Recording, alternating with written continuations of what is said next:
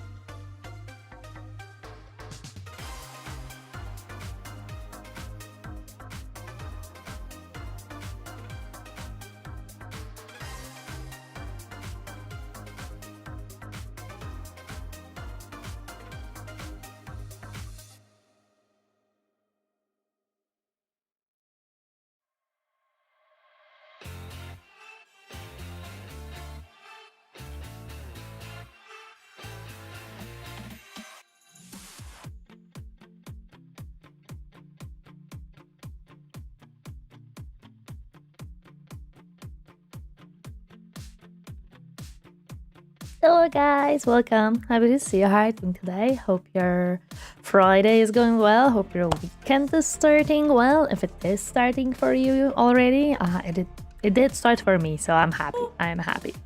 Boop. Hello there, Echo. Welcome, Volmata. Hi, Northern Sales. Hello, Hash Brown. Welcome, Plague Maker. Macro. Hello, QQ. Welcome, Rumfall. Hi, Hugies. Welcome, Bernard. Hello, Warshaman. Welcome, Nimbly Deadly Nather.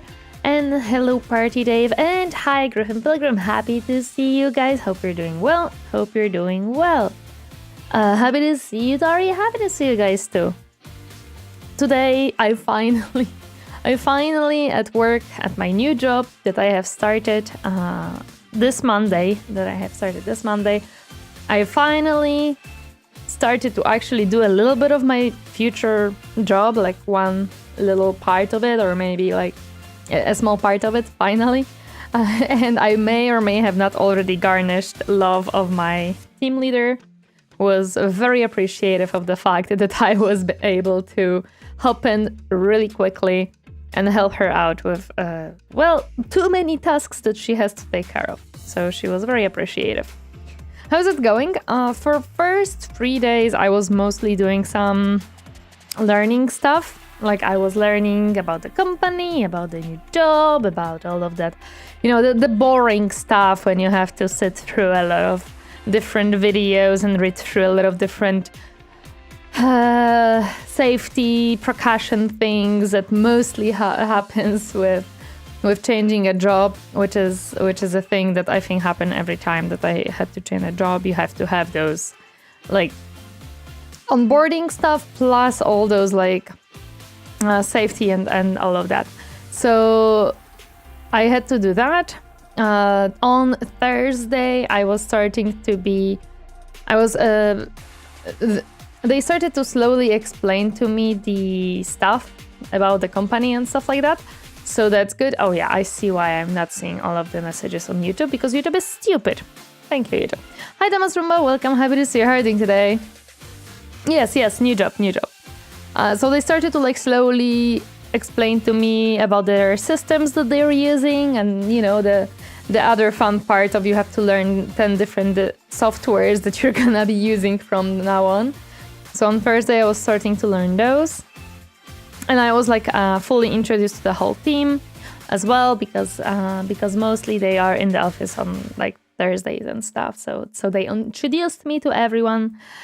And today it was first day when I actually was giving some tasks to do and fulfill. And I think I've managed to do them pretty well, in a time that was probably not even expected. I think they thought that it's gonna take me much longer to accustom and stuff like that. But you know, a lot of people may forget about it or not notice it at the first time when they talk with me or when they interact with me. My message self-dupe. It happens sometimes. Don't worry about it. It's YouTube. It is junky sometimes. But a lot of people forget that this is my 4th job at this point, even though I would say relatively young. Oh, actually, no, it is my 5th job. Yeah, it is my 5th job. So even though I'm relatively young, it is not my first rodeo that I'm going through. So a lot of people do underestimate me, especially when they see a small bunny and they're like, oh, we have to help her. We have to, like, you know, be nice to her. She needs time to accustom. She's still young. She needs time. And I'm just here like, I already understand half of the things, guys. Even though I've never was in this environment. Relatively like 45? No, I'm 40-year-old dude. Come on. We established it. I'm a 40-year-old. But yes, everyone's favorite Onesan doing good. I mean, partially yes. I also still keep contact with my previous colleagues.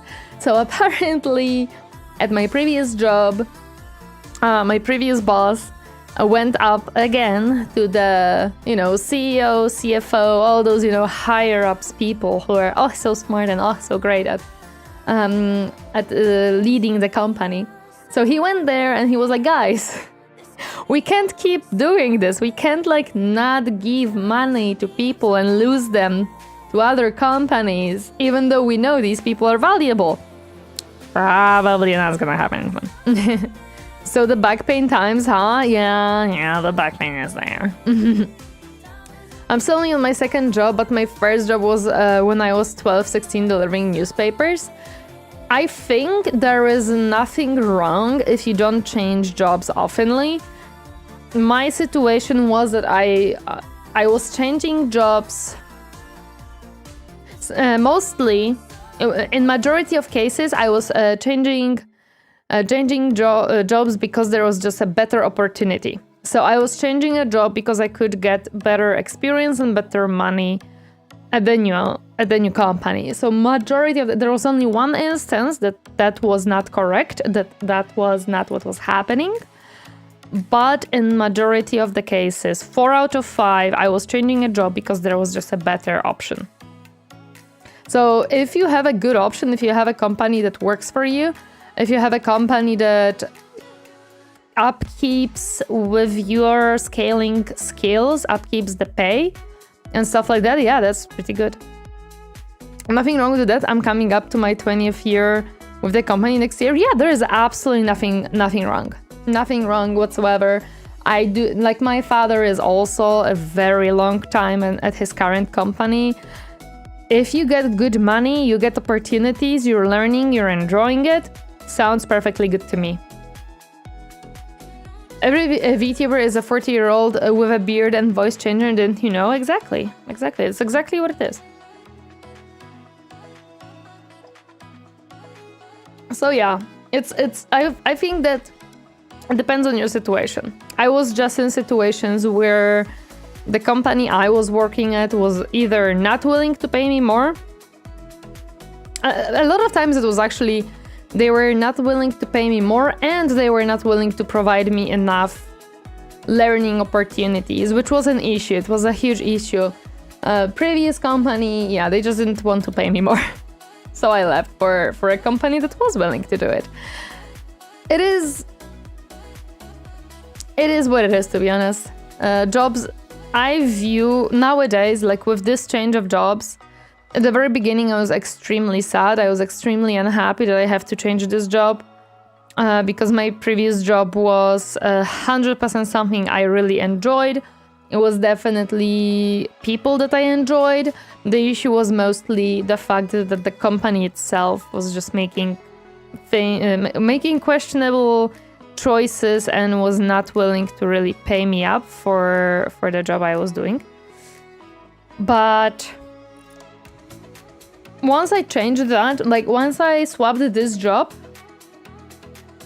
my idea is I don't really care if I like anyone or not. I don't really care how well or badly it'll go, because it's not my plan to stay in this company forever or in this team forever, in this position forever. Like, I want to grow. And if either this growth is I'm gonna go and be full-time content creator, or its growth will be I want to go higher in the company. There has to be one or another. I don't like at my workplace stagnation, where at certain point there is nothing for me to learn and there is nowhere for me to go and I cannot get more money. Like this, if these three starts happening, I'm looking for a new job. If these three are starting to happen, I'm looking for a new job. To have a workplace that doesn't stuff you over the dream, can't relate. That doesn't stuff you over. Yeah. Hello there, Fairy Marine. Welcome. Happy to see you. And hi, Karita Blue. Welcome. Hello there, Prenum. Welcome. Happy to see you. How are you doing today? Is 10 out of 10? Thank you. I appreciate that you like my mother. I appreciate it. My current one burned me when going up the management ladder with leaders who threw me under the bus and took credit for my work. So I sit at the bottom laughing as they churn through bad managers. I understand. I was not necessarily in a similar situation at my previous job. I had a manager who was, in my opinion, he was lacking maturity to be a manager as a person, like in general, like emotional maturity, and as a person, like I feel like he needs to mature a little bit more. He was missing certain stuff. However, the good thing that I believe that he is a good person. And I believe that he was doing a lot of things best he could. He's just not a good manager. I probably, even though I don't really have experience in managing, I probably would be a better manager than him. Which is better, the one that would give you good money or one that gives you growth? To be honest, in my opinion, it has to be both. It has to be both because, and let me explain why. If you get more money, it has to increase. Like what I'm looking at a job also high splashy. What I'm looking at is I need to consistently get more money, but to get more money, you need to grow as a person. So the company has to provide both for one to happen, because if you grow, but you never get more money with that growth, you don't stay at the company, you leave. If you get more money consistently, you're gonna be growing because that's how you get more money in the companies most of the time. What's your favorite outfit to wear at the beach?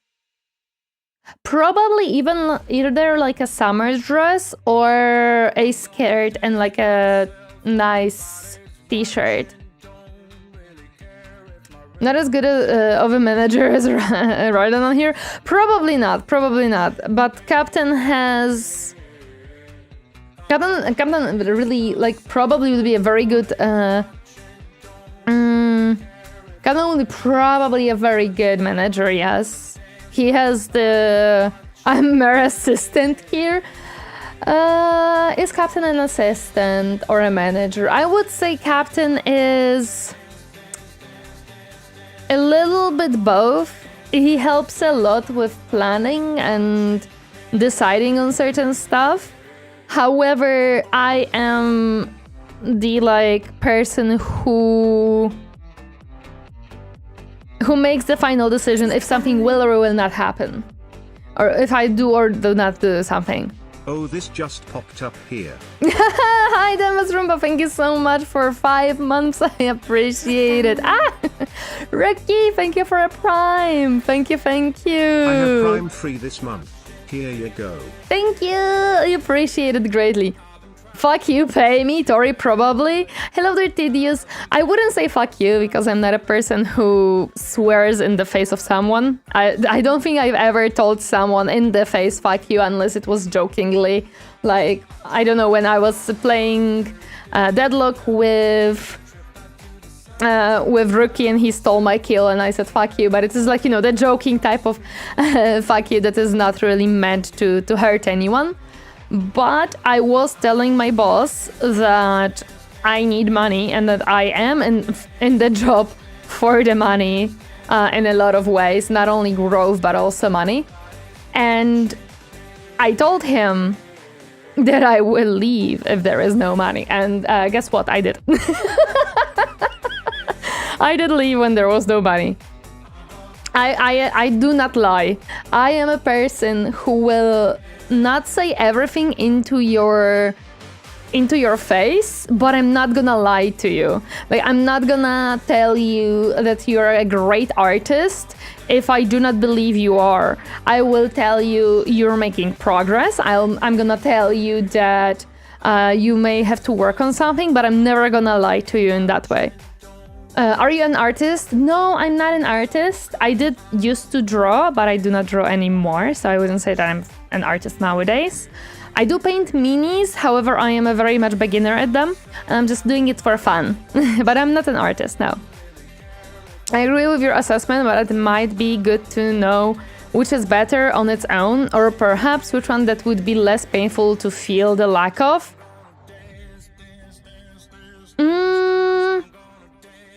I would say then more money, because if I can just keep getting more money, yeah, I'm gonna get more money. Like, I was so efficient in my previous job. Ah! Ah! Thank you so much for more, for the, wait. Did you finish the crowdfund? Not finished! Thank you! Thank you so much for finishing the Robocop full body tracking. Thank you, thank you, thank you, thank you. I appreciate it. Thank you, Matej. Also, hi, how are you doing? And hello there, Rock. Welcome. Happy to see you. How are you doing today? Yeah, it was jokey. I do say fuck you in a jokey way. That's happen. Yes, 100% that's happening. Fuck. I mean, I do construction and a bit of horse, so I go where the money is. You know what makes sense? I admire you for that. What do you admire me for, Cheka? I'm sorry, I may have missed the context of that specific sentence. Otherwise, story reduces your rations. No, I wouldn't. Captain actually lately cooks more than me because when I have to wake up earlier and I have to run into the office and get back. A lot of times I'm exhausted, especially that the coffee there is not the best and I cannot like have a big mug of coffee that I normally have and drink it over time. They only have like the small ones. So a lot of times I end up coming back home and I could go to sleep. I admire your actions with the boss thing. It was partially luck that I was able to leave because I was contacted by the company that I work at right now, or one of the people from it. However, yeah, because I have learned what would be my pay raise, I would probably tell him that if the company is unable to give me closer to what the market would pay me for that position, I would start looking for something else, basically. Threats mean nothing, promises are much more painful. I didn't do any promises to my boss. He made promises for me and he broke them a lot of times. However, I don't really care, to be honest, like, because there is an issue that I know that I have, but I don't think I'm gonna ever change it or even attempt to change it. If I do not respect someone for whatever reason, either, like, if there is any reason for me to not respect you, I'm gonna have almost no care about your words, about your assessments, about majority of things that you would tell me. Because this is how I function. And I didn't respect my boss as a boss because he was never really my boss. He was like, I was probably better manager of a department that I was working in than he ever could be. So I never had much respect to him as my boss, so I never really cared about his assessments, about his promises, about his anything that he could really provide to me. I didn't really care for. There were people who I respected much more, especially on the positions that they were, and I would really care for what they believed, for what they say, for their input. And there are people who they can tell me anything and I'm not gonna give a flying frick about it. And I would tell them in the face, get out. I don't wanna, no. And I would sometimes even like call them out on some bullshit. Gotta believe in yourself. You specifically, Splishy has burned by himself too many times to trust that guy. Oh yeah, you do have to believe in yourself, that's true. You're an artist with a keyboard, am I?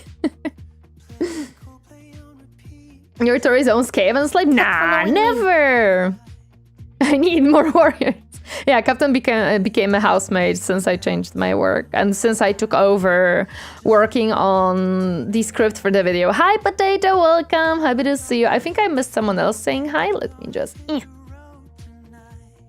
hi, Johnny Greenfield. Welcome. Happy to see you herding today. Hello there, Minecraft Tube. Welcome. Happy to see you herding today. Hi, hi. Now as you mention it. Hello there, French Puff. Hello, hello. How we doing? We doing good. We doing good. we were just yapping about my new job and my old job and about money and jobs in general and how we all hate them and, you know, the usual. Probably for next few weeks. That's gonna be the biggest thing in my mind because, you know, a big change in my life on many, you know, on many levels. Water. So it is on my mind a lot. Thank you so much for the hydrate, Miney. Thank you. Hi, Kasten. I'm at a spear thrower and a flare arrow. Okay. All is well with the new job? I believe so. I believe I already managed to impress my team leader. I didn't even try to. I just, you know, she gave me tasks and I was doing the tasks. That's literally what happened. She gave me tasks and I was doing tasks. Oh man, thank you so much for the super chat. Let me just do one little thing because it's not connected to TTS. Maybe today it's gonna be more nice, but thank you so much for your super. I appreciate it. Can we ask what kind of work it is?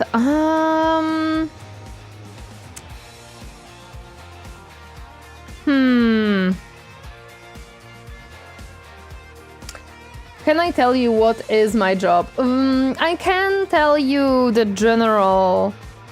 how do you call it? The name, I would say. It's basically resource management. I cannot tell you much more because, first of all, I don't want you to know much about my work of employment, so you don't really have threads to follow in general. But also... There we go. It worked. But also, of course, other things. So basically, I do resource management, which is... You're managing a specific resource in some ways. It depends on the company, it depends on the resource. It is very much a broad category of work. Data entry. No. I used to do that, actually, Volmata, so don't you laugh. One of my very first jobs and... No, one of my second and third job was actually a freaking data entry, and it was awful. I do not recommend it. It's very annoying. I'm chomping bananas and slicing run course in SW Jedi Survivor. Ah, nice. Hope you enjoy. She's sitting and plays management games all day. I used to kinda do that, where I would play management game all day. In my previous job, that was what was happening, basically. I was solving a puzzle every day, just the rules of the puzzle would change every day too. But that's basically how it worked with the previous job. That was how I called it. I called it I'm just solving a puzzle every day, but the rules change all the time. Or the pieces also change all the time. But I was doing a lot of that, actually. You're laughing, Volmata, but playing management games really made me good at my job, so I will take it with pride. I have had a little over 50 jobs. I like starting a job, many things to learn. Yeah, data entry is awful. I don't recommend it to anyone. Daily challenge, it was almost that. It was almost that, Darton. Also, welcome, happy to see you. Sometimes it was an hour challenge, like every hour it would change and stuff. It all really depended on the day and on the time. It actually helped me in my job as well. It does help, like playing these type of games really make you good at certain things, and you really start to connect certain dots much faster. Hello there, Shadow Raven. Welcome. Happy to see you. How are you doing today? Hi, Codecast. Hello. Happy to see you. Am I in time for the Reggie video? Yes, you are. You're actually in a perfect time. Because I believe we should start it right now. Excel has nothing on Crusader Kings. Okay, I'm not that good at Excel. I am decent. Like, if you give me Excel, I'm gonna know what to do, generally speaking. But if you ask me to like write a whole script in Excel, I'm just gonna go to, I don't know, Google or ChatGPT and tell it, hey, can you write this for me? But my issue is with ChatGPT, especially with ChatGPT for Excel, that it really hallucinates things, and a lot of times whatever ChatGPT tells you to do in Excel, it just doesn't freaking work.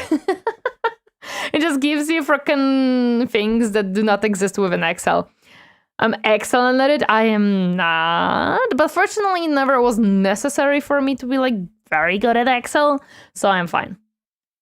Excel is nice, but MATLAB is like the Porsche of data visualization for me.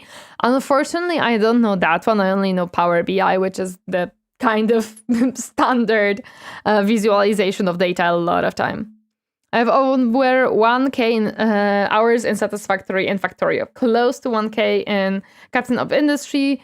Wirely enough, I had 100% on my final grades in Automation 1 and 2. You know what? I can see why. Satisfactory helped me learn logistics better, but I've been part of the line for a long time too, so the two pieces of learning improved skills greatly.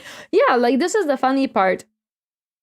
I was never into logistics, but because I was playing a lot of those city building management games, certain skills just started to build in my brain, and they just help a lot of times. And especially like the critical thinking part that you need a lot of times with these games, it really boosted my capabilities, where I just got a very short briefing yesterday of how, generally speaking, things work. And I watched some small videos here and there that explained some basics about certain things. And basing off of these things, I was able to jump in today. And while, of course, asking questions because I was missing certain information, I was able to really help the team today. So, you know, it really is something that if you're playing these type of games, you will improve in a lot of things. You heard it first, for video games make you better. Certain video games. If you play only RPG games, they will make you better in a different way. Many people believe video games are a waste of time, but what human beings do in video games is so complicated. What people learn in them isn't so clear to others. Oh, 100% yes. It also depends on the games that you play. Like if you're playing only shooters every day, you do still learn tactics and you still learn, like you improve your reflexes, you improve your spatial awareness and stuff like that. But you know, generally speaking... Achievement earned. Become efficient with resource management from grinding in management games, lol. Yes. But you know, you're not gonna learn management from shooting games, right? From FPS games. City builders and real-time strategies and others, yes. I work on my feet with my hands in a factory 8 hours or more a day, and with heavy machinery, that's a very difficult job. Doing electronics and programming since 7-year-old probably helped too. Oh, 100% it did. That sounds like an amazing job time. It was. It was a very... Like, I like resource management. It's very fun. Also, Potato, thank you so much for 100 biddies. I appreciate it. Resource management is really fun for me. Like, I do perceive it literally as a puzzle game, and I'm having fun with it. RPG games will help with story writing and understanding world building. It'll also help you with decision making sometimes, because a lot of RPG games will make you a decision make and stuff like that. But yes, definitely. RPG games, I'd say, can improve your storytelling. Definitely, yes. You also become better at handling a gun, and not exactly a good lesson. Bill Burns, welcome. Happy to see you. Well, that one, I don't know, because having a gun in your hand in real life is very different than having a gun in a game, you know? I had a gun in my hand, not like one with a bullet, but one with, I don't remember what it's called, but like the powder gun. I don't know what they are called. It was not like a bullet gun. It was a safer version, kind of that gun. It is very different. It's very interesting. Horror games will help your nerves or ruin them, could go either way. Horror games will make you vigilant, and horror games will make you manage stress. Hunters gotta hunt. Everyone thinks it's all the hut till there's too many bears. Shooting games help me with resource management. Magazine empty, reload. Magazine not empty. My resource management. Good job. I love games with a lot of morally great choices. It makes one question their actions before performing the acts. They are very good at making you also understand that every single decision that you see outside of like real life, even like when you see certain aspects and certain situations, you realize that a lot of things are not black and white and they're not easy. Like sometimes a decision that you perceive as evil may have much more underneath it from the other side of the person. Shooter games totem to keep my head down near windows. It's very good at making people look at me weird. That is one way to do it. Also, hello there, Mardalja. Welcome, happy to see you. How are you doing today? Musket? It was not a musket because it was more modern, but yes. Hello there, Leo. Airsoft or paintball? It was not paintball, and I don't think it was airsoft because it did have something shooting out of it, but I don't remember what it was. All the Fortnite kids heading off to the military after a couple of victory royales? Hopefully not. MMOs and some shooters are great for management and team leading skills. I used to raid lead in WoW, and that helped me secure my way up that ladder. True, you can definitely learn management or more of like leading position stuff if you're playing a team games and you have a team that you want to actually manage. All those chess and skirmishes made me want to learn lockpicking in real life. The Soulsborne series really helped me a lot with that kind of stuff. The Soulsborne series, I think they really help you with patience. It's something, it teaches you to get back up, try again, and then get back up and try again. I actually saw, I think, a reel somewhere or maybe a post about why the games that people played like during 90s and early 2000s are very different from the games that are released right now, especially for children. It is because the games that used to be released, Rayman, Mario, Zelda, a lot of, what else would be there? Doom, and like all these like older games, they would teach you, they would make you fail. They would make you fail and they would make you try again. And then fail and try again and then fail and figure things out. There was no map, there was no arrows, nothing would make you like, okay, Doom was for probably more like teenagers and children's, but I can guarantee you that there were 10-year-olds, 11-year-olds, 12-year-olds actually playing Doom. I can assure you of that. But generally speaking, these games were a lot of times difficult, making you to fail, making you to try again, making you to figure puzzles and stuff out. You didn't have internet, you didn't have cheats, or at least not on the scale that you have right now, of course, because later on you had those. However, it was on a very different scale. Where you look at the new games, a lot of the times I feel like the new game just holds your hand and drags you through the whole game. And I'm like, why? I'm not an idiot. I'm not an idiot. Let me struggle sometimes. Like, I miss some games making you struggle and actually have a freaking, what is it called? Like, challenge. Give me a challenge. Why can't I have challenge? Hello there, also some Indecent, welcome, happy to see you. Sorry, got stuck on Made for Children. Yeah, of course kids will play anything. Yeah, I didn't make, okay, that was my misphrasing. Doom was not made for children, but children did play it. Let me phrase it that way. Doom was not made for them, but they did play it. Sorry, got Modley is calling. Yes. Okay, no problem, Ferry. Thank you so much for stopping by and for the lurkies. I appreciate it. We didn't put Doom in children. Meanwhile, that guy with a kid with some electronics device in them, hold my fucking beer. Oh, definitely they would. You're telling me the big yellow paint everywhere isn't telling me how where to go? Yeah. Imagine permanently hand-holding by a game. Scandalous, I agree. MOBA games teaches you important skills like not trusting other people with anything important. I think that's generally speaking any game, any team game. Pokemon taught me that making your friends pet each other are a questionable source of entertainment. On the other hand, no tutorials at all is just bad. The game should teach you the basics. Oh, I'm not talking about the tutorials. Giving you the basic understanding of the game is good, especially considering how many games we have right now and how many different mechanics you have right now and, of course, on the game. However, there is way too many games that just constantly hold your hand. You cannot solve any puzzles yourself. You cannot explore yourself. You have all types of maps, arrows, markers. Everything is showed for you. You never have to remember anything. You never have to think about anything. You just walk through the game almost without any obstacles.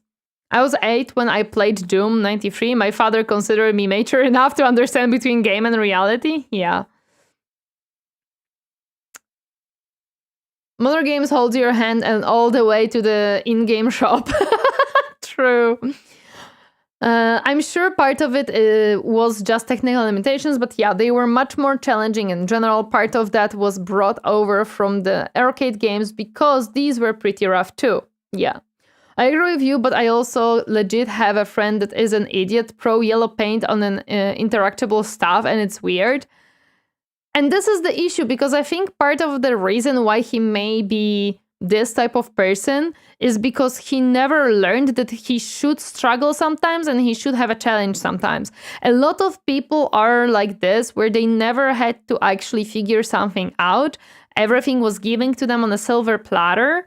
And as soon as they hit an obstacle of the minor situation, they're just, oh, I can't do this. There is an obstacle, and they don't think how to go around it, what they can do to solve it. No, they just walk back and are like, I cannot do this. There's an obstacle, you know? Whereas actually Doom not in nowadays. The DSP is a perfect example of how easy games are nowadays. Unfortunately, I will have to agree. Didn't they actually make artificial cells play Doom? I actually don't know that. My man, Doom goes beyond the veil. Anything can and will play Doom. That's true. I go to work without thinking. Guess it sometimes works for real life too. Oh yeah, 100% sometimes, yes. Games gotta create those challenges where if you fail, it feels like you are the one at fault. That's good stuff. Yes, I agree. I need to fail, but I need to feel like it was my failure, not the game's failure. To answer it, she didn't watch the speech yet. The speech, I missed something. I missed a conversation, yeah. I disagree, there are tons of very hard games that make you struggle. They're just not in the mainstream because people like the easy way. That is true. I will absolutely agree with you. There is definitely a lot of games that make you struggle, but they are not mainstream. And you have to understand that because there is so many easy games, majority of people will play the easy games, while previously you didn't really have that option. So that's where I'm putting the issue, right? That a lot of people will go for the easy way and will never try to play the games that make you struggle. And I don't even mean that it has to be Elden Ring or Silksong level of struggle. I just mean in general a challenge that is posed to you in some way or another. I remember spending days on end being stuck on a puzzle in Secret of Mana, and I figured it out on my own and felt so smart doing it. Yeah, that's what we are missing nowadays. I really miss difficult puzzle games sometimes. People asked, can it run Crysis? The new question is, can I play Doom on it? Yes. Yes, that's the new question. I think us people that have been gaming since single-digit age don't realize how many casuals exist that need yellow paint or they won't play or drop the game. Doesn't make the game better, but it makes sense that companies get sucked into it. It 100% is true. However, I think that being a casual, I am a casual gamer generally speaking. Like, I don't deep dive into games, hundreds and thousands hours into them. I am a casual gamer, however, I am a gamer, but I don't think being a casual gamer makes you dumb. You don't need yellow paint everywhere to understand the game, and that's, I think, the trap they are falling into. They are always treating every single person like an idiot, and you have to show them everything, which is wrong. That's not, even a casual gamer doesn't need paint everywhere to understand what they have to do. They're not stupid. I tried a game today that seemed to be anti-modern. I played the tutorial scenario, and the game immediately tossed me into combat and said, figure shit out yourself. Ha! Have fun. I'm that person that when sees an obstacle will break that obstacle apart and get out of my way to stomp at the remain of the obstacle. Hi, Sargatas. I thought you were done with Total War. No, why would I be done with Total War? I did pick the new campaign for next week, though. Stop following me. In real life, you can't solve many problems with LMB button. I wish it would. Yeah, that's true. Simon Descent, thank you so much for the follow. Welcome to my comfy space. Happy Enjoyer's Day. Hi. I know some people struggle with something like Silksong just because of the jump down attack pogo system. Okay, but that's a technical difficulty, right? That's a difficulty of you have to learn a lot of specific combos. And like I struggled with Hollow Knight a lot as someone who doesn't play these type of games very often. But that's a technical difficulty. That's not a difficulty of I don't know how to go through an obstacle. And also, that's a Souls game in general. They have a different type of difficulty. They are very casual and friendly. They are the games that expect you to spend a lot of times in them and a lot of trials and errors. I recall that the first time I dropped by here, I mentioned a wee little game called Outward. The problem is lack of curiosity. The paint destroys the chance for that. That's also true. Can we get a tease of what the new campaign is gonna be? You know, there is a certain blonde, very well-looking dude. It might be him. Godhand. Oh, Godhand. Where are you from, if that's okay? I can place the light accent. Oh, I don't sure where exactly I'm from, but I am from Europe. Eastern Central Europe. I don't remember who said it, and I paraphrase. Modern games are sanded down to a nub and polished to a sheen. Oh, that's a good one. That's a good one. Alas, that's why I prefer logic over emotion and moral. Good and evil don't mean shit when something needs to be done right here, right now. I don't know about that one. I would say it depends. Hello there, Coffee the Fresh Maker. I feel a lot of modern games confuse difficulty with frustrations or annoyance. Yes, thank you. That's 100% true. So many modern games confuse frustrations and annoyance with difficulty. Oh, that's true. Absolutely true. Gotta love the game that trusts you enough to say, lol, done now, figure it out, nerd. Yes. Sigvald campaign? Maybe. Okay, let's watch the video. We have a funny Reggie video to watch today. So let's get into it. If I can actually start it. Oh, I cannot hear it. Oh, I know why. Give me a second. Also, you guys will have to tell me if the audio levels are good. Should I make it louder, quieter? I need all that info. Now I'm gonna hear it, but I have to rewind it really quick. Why does it today? Ah! Oh no. Oh no. It's gonna be... No, that's... There we go. Sometimes I think the problem with modern games is that companies have a lot of data points on what makes people play, but don't deeply understand why those things work and create a mess that does nothing. 100% yes. Hello, Nikolai. Welcome. Happy to see you. Magnificent and Celsius Slaanesh follower Sigvald. He is a very magnificent indeed. I think it's called preferred data and revealed data. I still have that lore video of Sigvald in my head. Good. There is more of it probably somewhere. I still don't hear it. Why do I not hear it? The heck? Oh, I know why. I actually know why. Once more, I forgot that it will change to my freaking VR headset for whatever stupid reason. Even though it should have not. Thank you. Divergence. Now I can hear it. Okay. So Tori gonna be talking with only SS soon. Oh my gosh. SS soon. Oh no. I'm gonna lower the loudness of it a little bit because I feel like it's gonna be very loud. Yeah, a little bit less volume sounds like what I need. The beginning with so much S is too funny. It is very funny. Satisfactory, a game, a lifestyle, and undiagnosed neurodivergence. In this Oh no! So does it mean I play Satisfactory, I'm gonna be undiagnosed? Oh no! With those big ears, you should lower the volume. Is it still a little bit too loud? Let me know. It's true a lot of devs and players alike believe with all their hearts that making game inconvenient and time-wasting makes the game difficult. I agree. It's good now? Okay, perfect. The fact is the diagnosis. No, I don't want to be diagnosed. Okay, guys, it has been now agreed upon. I shall never touch Satisfactory because then I'm gonna be... because then I'm gonna be diagnosed. Then Right Factory is better. Joking, they are both great. Oh yeah, I do have to play Factorio.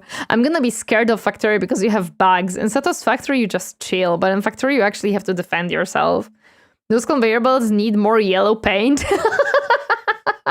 No! There is no yellow paint in Satisfactory. I diagnose you with a lack of croissants. I would like some more croissants, please. I want to be diagnosed with just enough croissants. new and exciting conveyor belt simulator, you play as Frumpy Woman, the world's greatest climate change accelerationist, on a personal crusade to increase shareholder value through total planetary annihilation. I know that sounds fun, yes, but it's actually a debilitating mental disorder, because this game is... No, it's fun. What do you mean? It's fun. No, it's fun.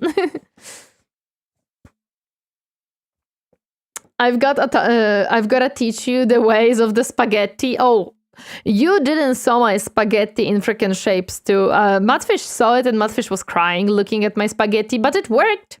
Kind of. Most of the time. You can turn down the bugs in Factoria. Ooh. Don't tell me that because I will do it. Speaking of Satisfactory, I didn't know how many crazy good mods there are for it. Oh, the modding community for it is crazy. It was beautiful spaghetti. Thank you, I appreciate it. There is never enough croissants. I agree. Reggie is funny. Oh, Reggie is definitely very funny. Most of the time, they Google how to overcome the obstacle. Shh, we don't talk about that. Hello Ghost X Tweet, welcome. Happy to see you. How are you doing today? We're watching some Reggie and then we're gonna play some more Total War Warhammer 3. This reminds me of Seth. That sounds like something the Italians should never hear. No, it's a perfect spaghetti. Don't worry about it. Don't worry about it. Listen, I have 100% agreed at the very beginning of the game that I'm gonna do the bestest spaghetti ever. Best spaghetti is Josh's spaghetti. Oh, Josh's spaghetti. Yeah. I think no one can top Josh's spaghetti. Come on, he is the best. You know what time it is? It's chips and anime time. Okay, bye-bye. Hope you enjoy your anime. Autumns with a hard hat, the best type of game. I must see for myself before I crown you a spaghetti diva. Okay, I can send you some screenshots. A lot of times it's so inefficient and I'm trying to make it more efficient, but it doesn't work. I mean, I'm not Italian. Your secret is safe with me. Okay, you're not... Okay, chat, you say that you're not Italians and my secret is safe with you. I break the spaghetti before I cook it. I'm sorry. I said it. I have to do it. It's so much easier to cook it that way and then to eat it instead of having the long spaghetti. I did it. I said it. Yes, I do it. But I believe. You guys can keep a secret, so it's okay. Because I also don't leave the house. You know what? It's okay. I play different games for different purposes. In story-based games, I don't care about difficulty because for the most part, gameplay is not worth digging in. True. What I have to say is, hi guys, it's Tori, and welcome to Let's Game It Out, and it won't matter what your spaghetti looks like. No, I don't think. Unstop the spaghetti breaker? No, please, no. Waiting for the Italian to spawn it. Part of my family came from Italy. Uh-oh. No, it's fine. You guys said that you can keep a secret. It's okay. It's okay. As long as you put cereal first, you're safe. Uh-oh. Uh-oh.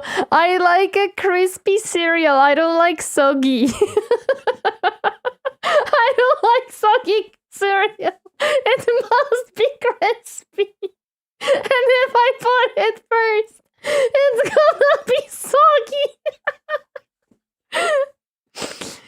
This revelation was shocking.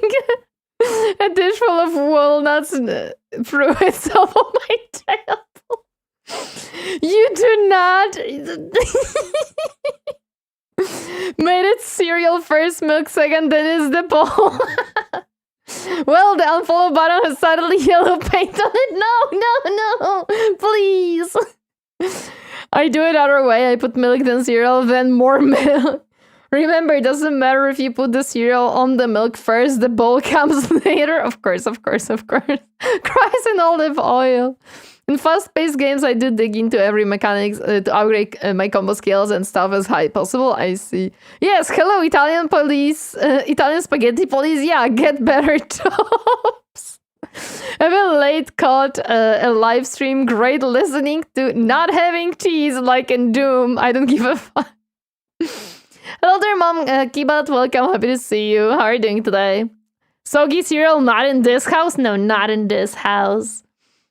Unhinged, maybe. Cereal first, then milk, then cereal for refill. Okay, and you know what's the worst? I sometimes would eat cereal not even during breakfast. It would be like for a lunch or just a snack. Sometimes I would eat them even without without milk because just crunchy. Then microwave it. Oh my god. I just eat the cereal first and drink the milk to down the cereal. Always works. Your mama, your lost me a pasta la vista. Uh-oh. Don't forget the kimchi. Oh yeah, don't forget the kimchi for the cereal. Yeah. Oh, I've shoveled dry cereal directly from the box once in a whole while. Oh yeah, it's perfect. That's why I don't buy them, because they have so much sugar. I sometimes eat muesli in the afternoon. I'm brave like that. Damn. This is very valid. I do that too, especially with Kit Kat cereal. I never tried these in the end. I tried the lion ones and they were pretty okay. Hello there, Keystone. Welcome. Happy to see you herding today. Soggy cereal was invented by Petty Skaven. Exactly. I need air now. No air allowed. Okay, there's Outbreak on Twitch, so we can continue the conversation about cereal. Leon is the best. I did like them. Also, hi, Unero. Welcome. Happy to see you. But yes, I do like crispy cereal. And the thing that I like the most with cereal is to have cereal that is chocolate, because then the leftover milk after the cereal, like the last few spoons, is chocolate flavored, and I really like it. I really enjoy it. So that's why I really like chocolate. Like, this is why I love Chocapic. I love Chocapic. It's so good. Remember that in Satisfactory you can make nuclear pasta? True. Yeah, I should start playing Satisfactory in VR. At time, did you know that with Twitch Prime you can subscribe for free to Tori? Yeah, exactly. Listen to Nikolai. Nikolai is spitting very good, very, very based things, you can indeed subscribe to Tori with Prime. I am stupid. I watched the stream with minus 15 minutes to the past half an hour. Oh no, I'm sorry, Zargatas. I know that on YouTube it can happen. You may not notice that you are like 15 minutes in the back. I'm sorry. All right, nuclear power was a thing in Factorio. Uh-oh. That's gonna be interesting. Can you use it against the bugs? Is my question. Nuclear pasta with extra uranium sauce and metal meatballs? Yeah. I just gotta manage all the heat, otherwise it's gonna go boom! Hello there, Chunky Beaver, welcome, happy to see you harding today. Hi. Oh yeah, but I forgot to tell you guys, tomorrow we're gonna be playing more Space Marine 2, this time with Froggy. Froggy is a great miniature painter. She paints all types of miniature, both 40k as well as Age of Sigmar. She plays Dark Tide, she plays Space Marine and some other games. She loves Warhammer in general. So we're gonna have very fun time playing Space Marine 2. I noticed something wrong only when you started answering something that I wrote 2 chat pages ago. I see. Don't forget the coal parmesan. Ooh, coal parmesan. Also good one. Also good one. Welcome, Chunky Beaver. Happy to see you. How are you doing today? Hi. Hi, Garfield. Why are you up? Yeah, okay. He just searches and goes back to sleep. Sounds perfectly reasonable. I would do the same. He lately started to absolutely adore the couch, and we just freaking threw a carpet on it, and he suddenly is always on the couch. Okay, outbreak done. Let's continue the video. It's like heroin, but without the needles, and it has taken over my life. You know, okay, if you put it that way, there is no needles, I am happy. What do you play in Space Marine 2? Tech Marine, because I am Admech girly. Pretty good grinding on Space Marine 2. Hey, let's go! Hope you have good time grinding. 400 hours is nothing. For Reggie, yeah, Reggie can do better. Reggie, I'm calling you out. You can do better.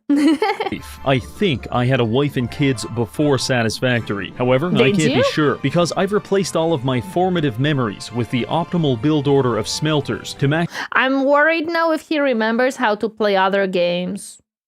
I feel like he could.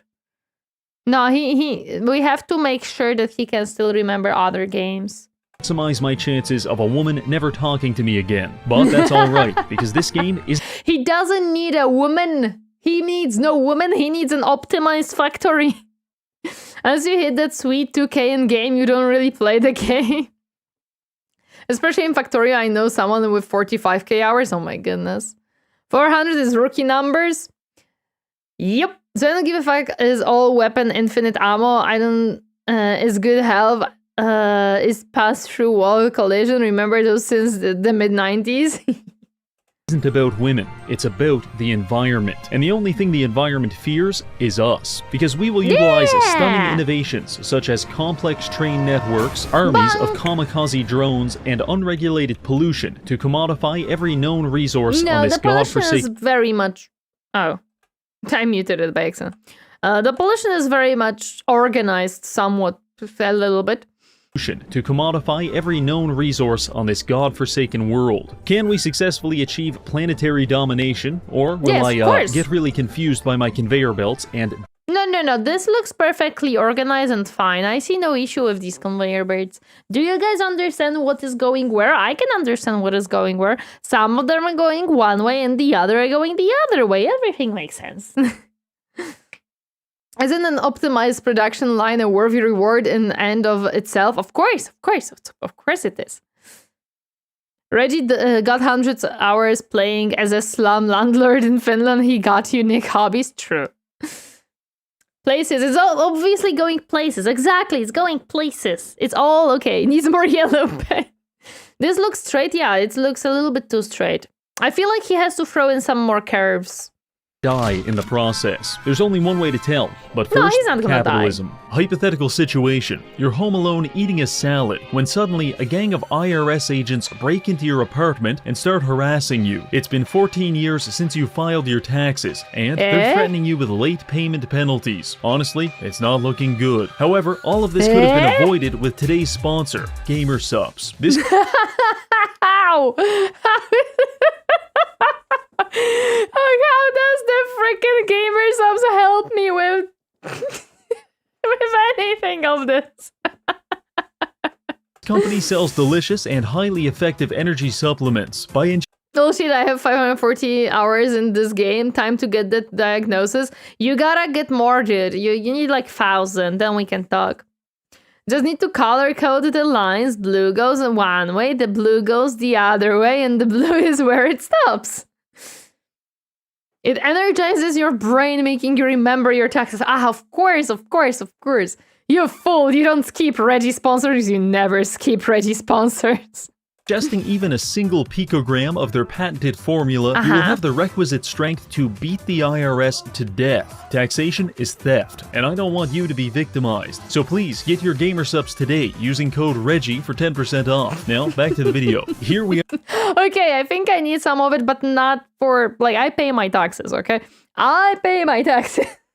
But I might need some buff. The IRS won't make me pay child support. Hi, Hadrix, welcome. Happy to see your ding today. We are a lone pioneer ready to manifest destiny all over this jungle hellscape. Our primary goal is to reach tech level 9 and beat the game. However, we just started, so we are technologically in the Paleolithic era, confined to such rudimentary tools as mining picks and tasers. Here, our survival depends on brute force and our propensity for deforestation. That being said, I set up base camp at the top of this incredibly inconvenient mountain and spent the next 2 hours collecting. It's a very strategical mountain because due to its inconvenience, you're safe. Although this game has no bugs, but yeah. GamerSupps is good replacement for coffee in the morning. Nice and fruity without the normal energy drink crush. I drink coffee, but I like coffee. I probably, if I was drinking GamerSupps, I would be drinking the non-caffeinated version. That's my favorite starting location too. Yeah, I would probably like drink it somewhat like a juice. So it's just caffeine free. Fistfuls of grass to power our biofuel generators. Now, before you classify this as an avant-garde landscaping simulator, I need you to understand. No, you do not cut hedges like that. That's a very no bugs. She says, sweet summer child. Oh no, do I not know? That you're not actually playing Satisfactory yet. Everything prior to unlocking coal power is simply a skill test to weed out the gotcha players and mentally insane. Note to self. Wait a second, but isn't playing Satisfactory says that you are mentally insane? Isn't that how it goes? It'll take some time. Maybe Tori will get GamerSupps sponsors. Fingers crossed that one day, yes. I don't know about any bugs, but the biggest threat to my continued existence in a world like that would probably be my own inability to properly risk manage. Landscaping. Now, before you classify this as an avant-garde landscaping simulator, I need you to understand that you are not actually playing Satisfactory yet. Once you've got somewhere between 1,000 and 2,000 leaves, you can process them into biofuel and start building your empire. I see. I hope because a waifu cup with Tori sounds neat. Ooh, it would be very fun, but that's for much later. I got all the way to oil with just handcrafting items and only using machines to craft special parts. I could make myself. I'm insanity. You are insanity. Different insanity, like two gangs that are in the turf war. Oh my goodness. Remove tautology. Once you've got somewhere between 1,000 and 2,000 leaves, you can process them into biofuel and start building your empire. The first few times you attempt this, you will build for about 5 to 7 hours before realizing you've already fucked everything up. Because your iron ingots are phasing through each other, you have that's fine. The fact that the iron ingots are going treacherous is fine. It's fine. It's fine. Pancho would be happy to provide art. Yeah, he would be very happy to provide art. Constructors all running at 9% efficiency, and your power grid violently explodes whenever you turn on the toaster oven. Death wish! Apart from damaging your self-esteem, this experience should also teach you that as your industry grows, organizing the products you manufacture becomes increasingly difficult, which is why I believe... That's why you don't organize them. You just, you just let them be, yeah! I remember my friend streamed this game to me. It's way too calm for me to play it myself. It's fine, the conveyor belts are just hacking. Yeah, they're just hacking. It's okay. In mega warehouse supremacy. Rather than exposing my latent brain damage by storing materials in multiple places all over the map, I propose a singular massive warehouse that will contain every resource in the game. That makes sense. Now, when it comes to mega factories, we have two main considerations. Do we want to acquire girth by building horizontally, or should we utilize the vertical domain? I feel strongly that anyone who builds vertically should be put on a list and medically dissected for science. But building vertically could actually potentially make sense because it's easier to manage. Well, because basically you don't have to, like, how to put it? If you build vertically, you do not have to care about the environment around you. So you don't have to worry that there is a hill or a valley. You just build up, I think. Contrarian Maxin. Yeah! You build both. Building vertically also means you have to dig deeper, and digging is fun. Of course, that's what this game is about. Fluids would like a word. Oh yeah, I forgot fluids exist. Remember that fluids are newer addition to the game. Previously, they were not there. I still remember the Let's Game It Out video when the fluids were introduced. Yeah, fluids would be an issue. You'd have to have a lot of pumps to do that. Ah, man. Whoa, stream slowed down. Then I realized I caught up. So the 2 times speed is now 50. Yeah, that makes sense. On this toaster kaboom machine, my horse is done when it looks like a 40k hive city. In fact, the average vertical building enthusiast will arise every morning at exactly 5 a.m. as if diabolically possessed. They will then proceed to the bathroom, where they splash 24 molar nitric acid in their eyes and chant the name of a local politician in the mirror while stabbing a voodoo doll for 13 hours. Why? Why, Linus? What did Linus do to you? Not the poor boy! What did he do? He's a good boy! Why would you stop poor Linus? Oh, man. Straight. After that, it's time for supper. The vertical builder drops to all fours and prowls the streets for prey, consuming any children who aren't able to run faster than 60. Why children? Does anyone need some tech tips? Yes. He is just Canadian. There was drama recently about him, I guess. Was there? Recently? Really? I didn't hear any drama about Linus recently. There was like a drama about him long time ago, like 2 years ago probably at this point. But otherwise I don't remember any dramas about Linus.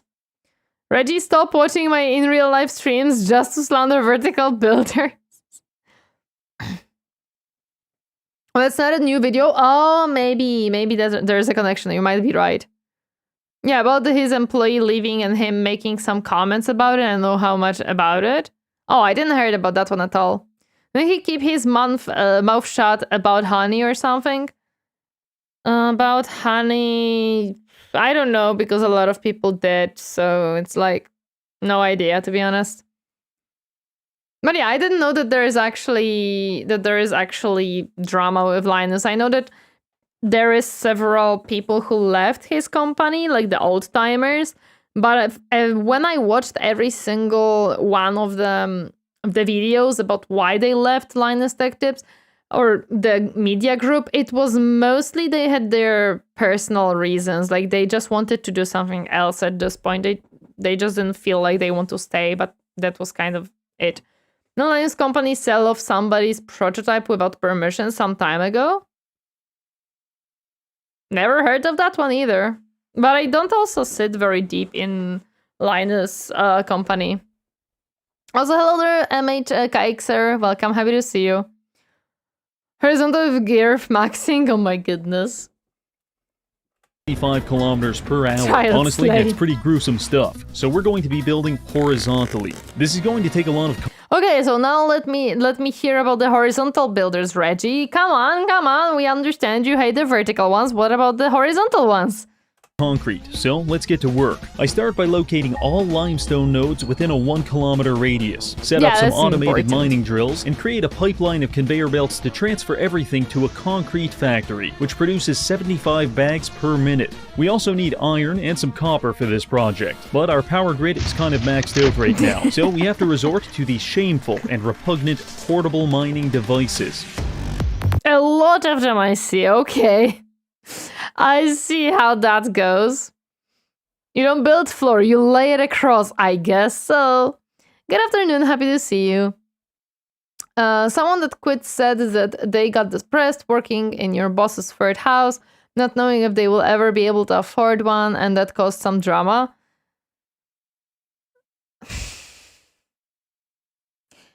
I don't know how to approach it because it is an ex-employee comment.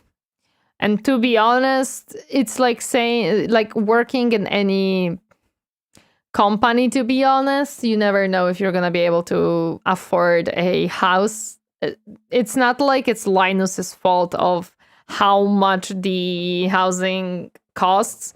And I'm assuming that Linus also a lot of times can sell his previous house to afford a new one. It's not just his salary. But again, I don't see anything in the back, so, you know. I don't watch Linus all that much, but when there is something going on like that, I couldn't help but to be curious. Oh yeah, that's always a case.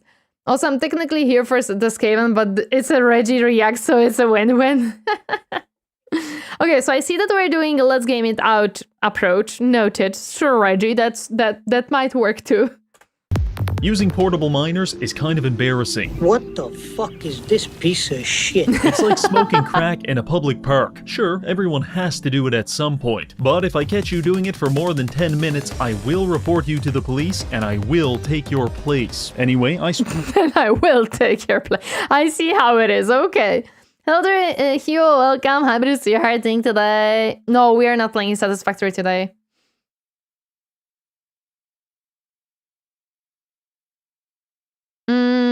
It was because he didn't raise their salaries. He felt oppressed when working on his boss's third house and him not getting any raises. The issue was the Linus made fun of him for it.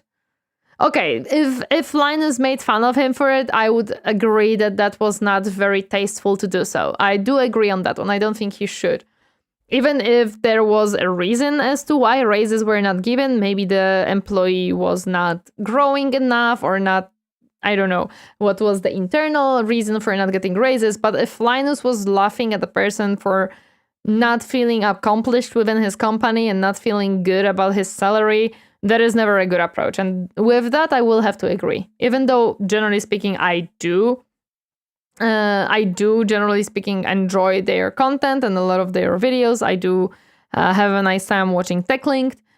And I do enjoy a lot of Linus's like clips from the podcast that he does. I will agree that behavior is not very good. swallowed my pride and gathered enough resources to begin construction on the mega Okay, Reggie, but why are you gathering them by hand still? Come on, you were so quick to judge everyone who builds vertically, but you don't seem so much better. warehouse. So let it begin. Okay, he now building and building more. The pinnacle of ultra-utilitarianism. Reggie being washed, shaking my head. A floating rectangle. Now it's time to start filling it Good up. job, Reggie. Oh.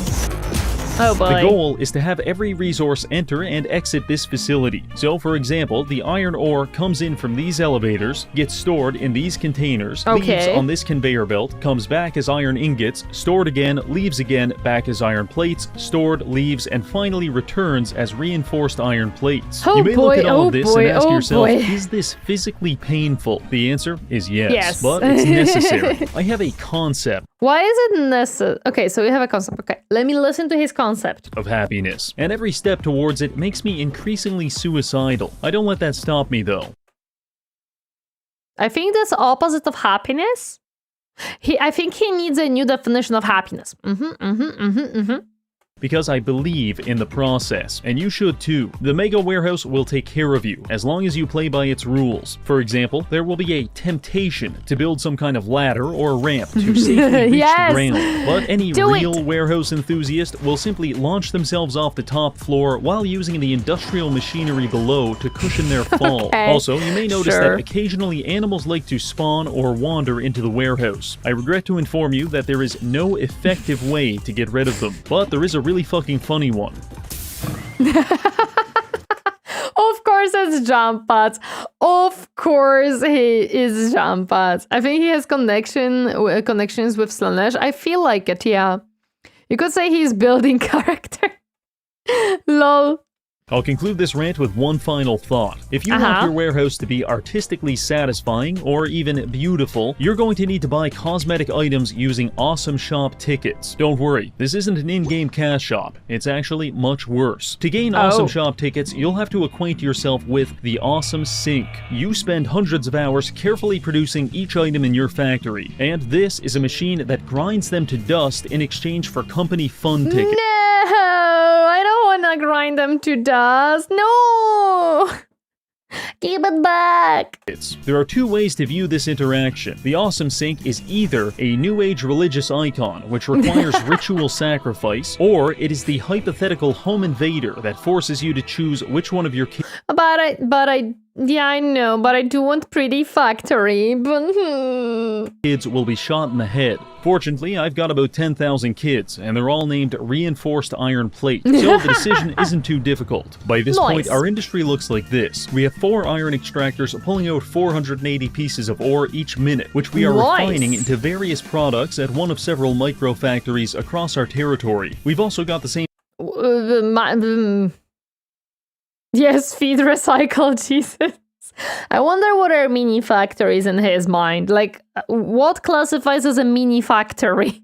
thing happening to the north with copper, and all of it is being pumped back into the warehouse for organization and storage. You'll know you're doing this correctly if your warehouse starts looking like some terminally ill creature, being kept alive only by Wait a second, do I see a second floor in there? if your warehouse is This is Reggie.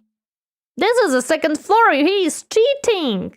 That's a vertical building, and he said we are gonna vertically build. He said he's gonna build horizontally, and we're building vertically. He lied to us, guys. Reggie, disappointed. starts looking like some terminally ill creature, being kept alive only by the 55 life support tubes sticking out of its grotesque body. Now that we've got all that sorted out, we can start working toward our first major milestone. You see, 3 weeks ago, Gabe Newell crash-landed on this planet, and his obscene mass is destabilizing its orbit. So our primary objective is to create an industrial elevator capable of airlifting him back into outer space. I already started the elevator, but each phase of the game requires us to add more supplies to it. Dear God, Boogie let himself go. Shit's okay. Looks like diagonal building? No. I saw a second floor that's vertical. And in reward, we will unlock new technologies. Yay, Primarily, new we're looking for coal technologies. power generators, hypertubes, and blueprint designers. Yeah, I saw what Let's Game It Out did with hypertubes. It was interesting technology, to say the least. Also, I wanted to check one little thing really quick, but I think it's working. I think it's working as it's not. See, I see when something is wrong. I see when something is wrong. There we go. But to unlock that, we have to send up 50 smart plates. They take a pretty long time to make, which is why I recommend the oldest trick in the book, leaving your game running. No, we're not making the game more efficient in any way. We're just gonna let it run for long enough to accumulate what we need. Yeah, that's how we do this. While you go to the grocery store. By the time you come back, you'll either have all 50 plates, or your power grid will have exploded. In my case, I got the plates and sent them up the elevator. If you fail, I thought that he's gonna say, I got the plates and the power grid exploded, which would be the ultimate solution. Anything about that challenging, I recommend you buckle up, because comparatively, the next milestone is going to feel like you're being hit in the head repeatedly with a car battery. That being said, let's move on to phase 2. Car batteries are extremely heavy. I would applaud someone who is able to hit me with it. We've unlocked coal power, your primary psychosexual desire above eating and even... I'm 100% sure that this video was influenced by Slaanesh. I'm 100% sure the words he uses just fit so well. breathing should be making a power station as quickly as humanly possible. We're just going to need 2 things. Water, which should be easy to find unless you started in the desert, in which case you deserve what's happening to you. I see. Okay, I see how it is. I love your ears, sorry. They look gummy worms. Thank you. I love my ears too. They are very floppy. They're heavy, true. Makes for perfect eating item at unruly honkers. And the final ingredient, coal. My closest coal node is about 1 kilometer away, so it's time... Wait. That says 549 meters. That's half a kilometer. It's not... Yeah. That's nowhere near almost a kilometer. What are you talking about? Am I crazy? For us to create the Great Trans-Saharan Coal Pipeline. It went a little like this. Trains! Oh. Yeah! Is Reggie an American? He doesn't know what a kilometer is? Well, but it says meters. It says meters! He can just say 500 meters. Maybe he means vertically as well. What will happen if you eat a Skaven? A Skaven will be happy.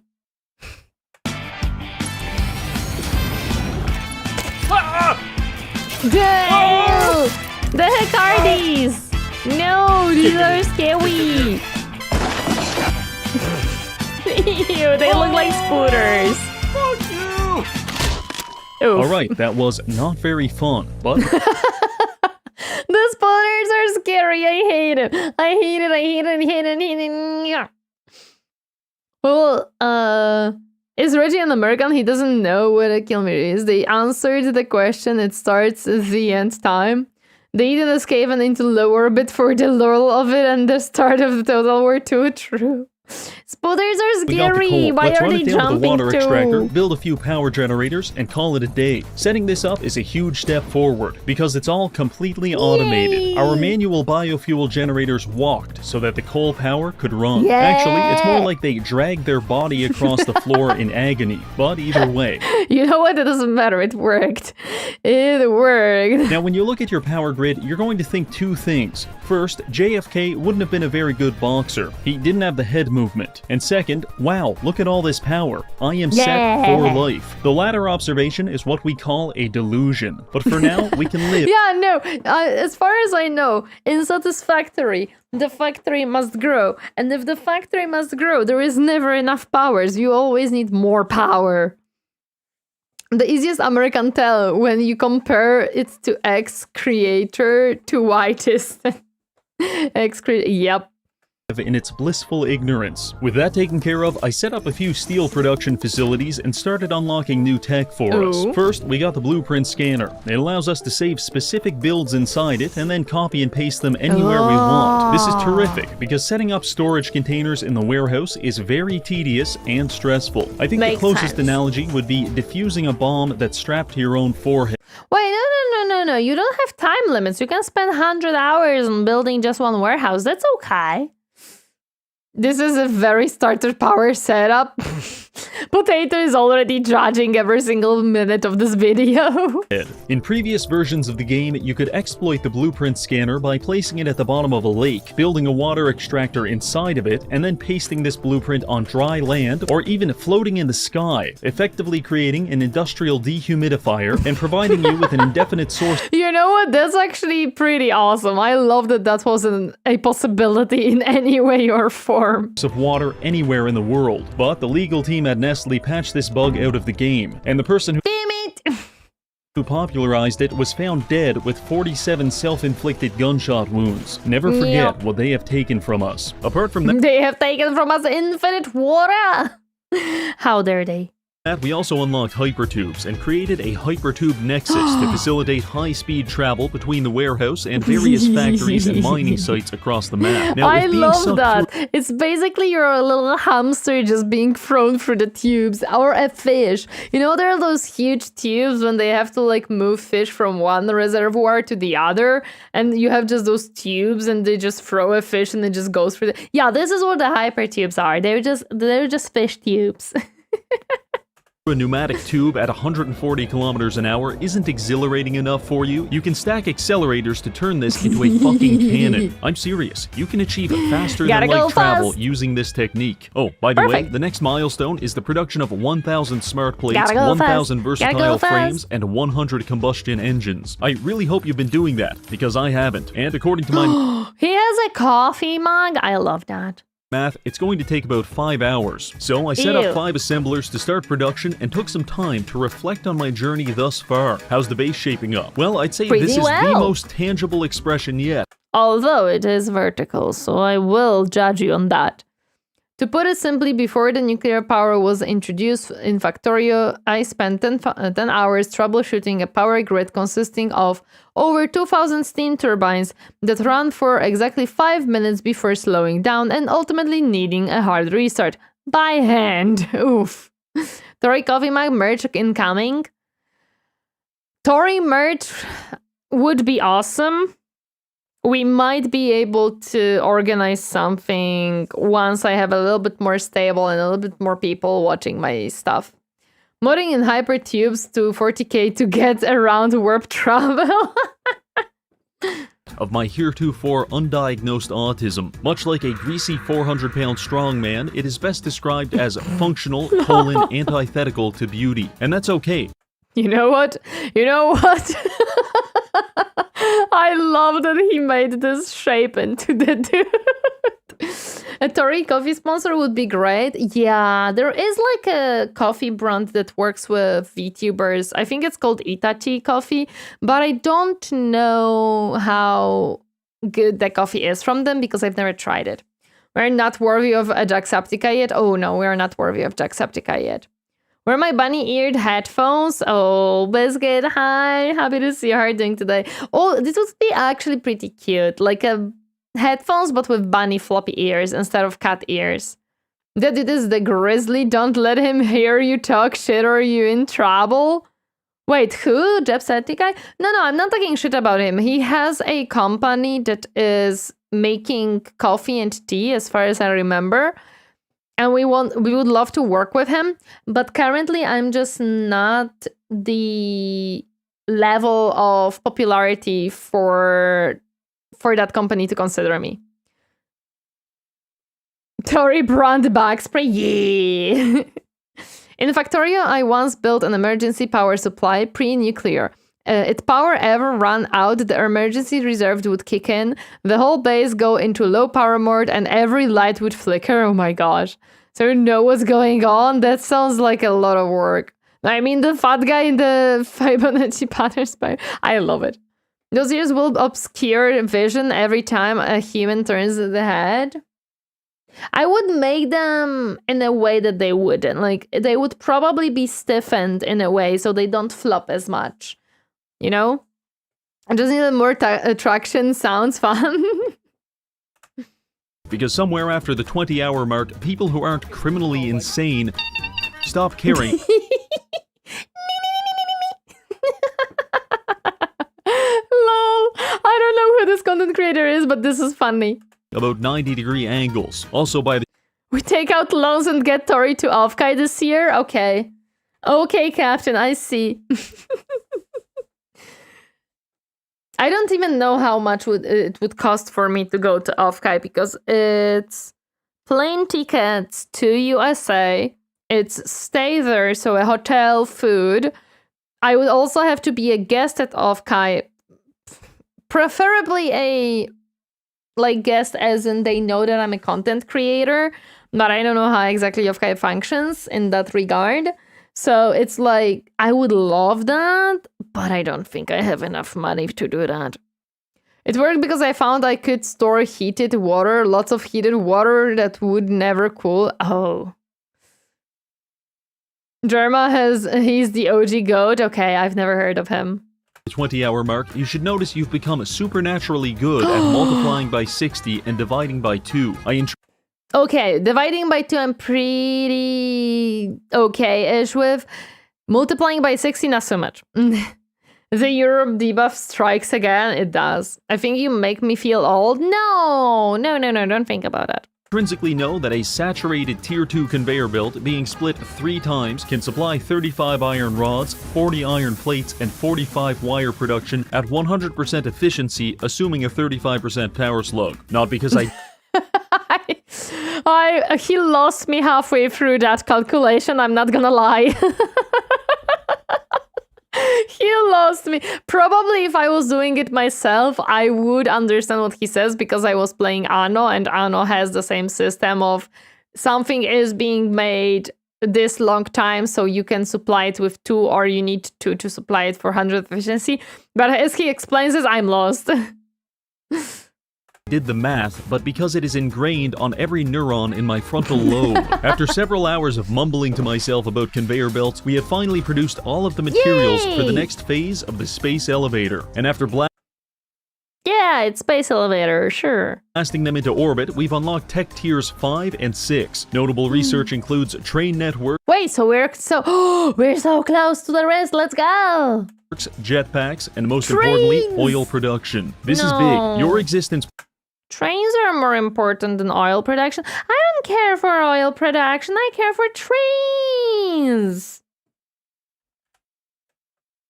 Prior to coal power was that of a single-celled organism. Post-coal power, you are maybe an infant or a rabid animal, but access to oil... Oh, I'm not a rabid animal. Why? What do you mean? Rabbits are pretty smart and cute and fluffy. Don't you... is where you become a man. Right now, the power A man in a dress, let's go! It is starting to struggle, so we need to begin harnessing the might of oil to fuel conversion. My scanner indicates the closest oil nodes are 900 meters away, in such stunning environments as jungle and wet jungle. The topography of these areas is not suitable to my fascistic desire for order, and if you feel the same way, I recommend using cluster munitions to defoliate the landscape and explode all of the wildlife. After I was done doing that, I built a few oil extractors, and then I built a few more. We now have more crew. Just few more, guys. Don't worry about it. Just few more. I'm 100% sure that when I reach my 60s, I will still be the same goofy memer I am today. Hopefully. I'm hoping for that. Oil than I can physically transport, so I just start drinking stuff, which allows me to enter a state of enlightenment. Soon, the capitalist pig dogs will attack us for what we have built. I am not hallucinating. Iran is very powerful. Praise be to the Prophet. Where was I? I'm sorry, but the clips he uses is just... Oh no. It's okay, guys. He's not hallucinating. We're good. Grunter is not anymore. That is correct, to be honest. It's fine. He has outdated data. Don't worry about it. Don't worry about it.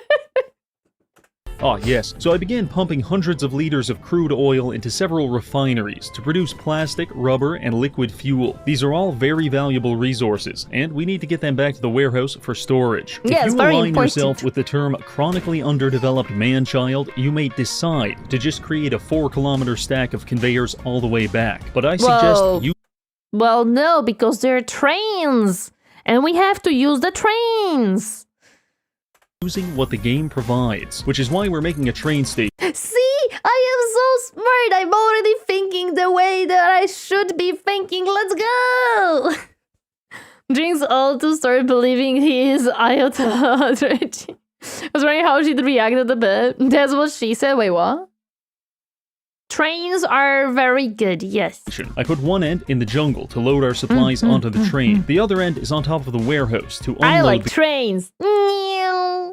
goods. And everything in between is floating through the sky, because I'm a hack. If you want to achieve something similar to this, I recommend familiarizing yourself with mergers and smart splitters. Think of the mergers like Martin Luther King. He died. Oh my god. No, Reggie, no. Reggie, no. No, that's just evil. I don't like Zuckerberg, but you're evil. You're so evil. For your right to desegregate your conveyor belts. Very useful. And the smart splitters are like a certain Austrian painter. He died for your right to resegregate your conveyors and send them to forced labor factories and industrial furnaces. You can probably imagine. Oh, Reggie, did you want a very interesting freaking jokes this time on this one for whatever reason. Some issues with that one, but not to worry. But look, it's finally not extremely straight. He finally added a little bit of wave. Good job, Reggie. Each smart splitter has been preemptively lobotomized with an AI limiter to prevent it from gaining sentience and annexing Czechoslovakia. With all of that sorted out, we were able to use a series of ceiling-mounted conveyor belts to deposit each item into its appropriate container. Meanwhile, the train is also transporting hundreds of liters of liquid fuel each trip, which we're pumping all the way to this freshly built power station. I am being lobotomized right now. No, potato. No. You're okay. Don't worry about it. I'm not making you into servo potato. Don't worry about it. Each one of these produces 250 megawatts. Okay. That's equivalent to nearly 4 coal power generators. I take a moment to appreciate fossil fuels. I worship the oil. I am euphoric. Hydrocarbons are God, and I will disseminate his presence into the atmosphere at 3,500 parts per million. Amen. Something about It's perfect. It's perfect. All aboard the lobotomy train. Let's go! You're a potato. You physically can't be lobotomized. You're wrong. I'm sure Mechanicus would find a way. It's okay. Inhaling all that carbon dioxide and arsenic made me feel Oh, so now I realize it. In his cup, there is no coffee. It's just oil. There we go. refreshed. Let's potentiate this high by reconnecting ourselves with nature. Exploration is an important part of the game, because there are I know this music. I don't remember where it's from. First, we give him brain. Yes, we encase brain into the... Elden Ring, thank you. We encase brain in potato, then we lobotomize said brain, then we take it out, and then we put all of the electronics into the potato. Remember, potatoes do let the current through, so we have easy time, and then we just encase everything into the potato, and thus the potato becomes the servo potato. Perfect. Honestly, I've long wondered how Reggie and Seth, I don't know, were never yeeted by YouTube. You know, I've already heard things from DS3, Ghost Runner, and Ultra Kill. Oh, I don't teach them how to do that, no! Too late! Oil, coffee, same colors, same end result, just different base form, I see. Vast and glamorous landscapes for you to experience. For example, I traveled to the fungal... You don't know Seth? You will love him if you like this type of content. He's also the OG. Okay, Seth is the guy whose videos I don't dare to propose for reactions. Okay, I see. So I should watch them on my own accord. Noted. Lowlands, where I discovered several majestic creatures. I was so taken by their beauty that I couldn't help but electrocute them with a taser and run them down in my truck. Of course, Truly marvelous. I'm yes. sorry, that was a bit of a fugue state. What I'm actually doing here is looking for precious artifacts, such as... Maybe one or two just to make sure. Let me throw Maxer in the mix. He is special. I liked Maxer's Elden Ring videos. I watched his newest video about the new Yakuza game, but I don't like his new videos. They are not fun to watch for me. Also, welcome, Grammy. Happy to see you hiding today. And I did watch the Elden Ring from Maxer, and those were very good. Like the Elden Ring videos were very fun to watch. I tried to watch some other videos afterwards, but they are just not fun for me.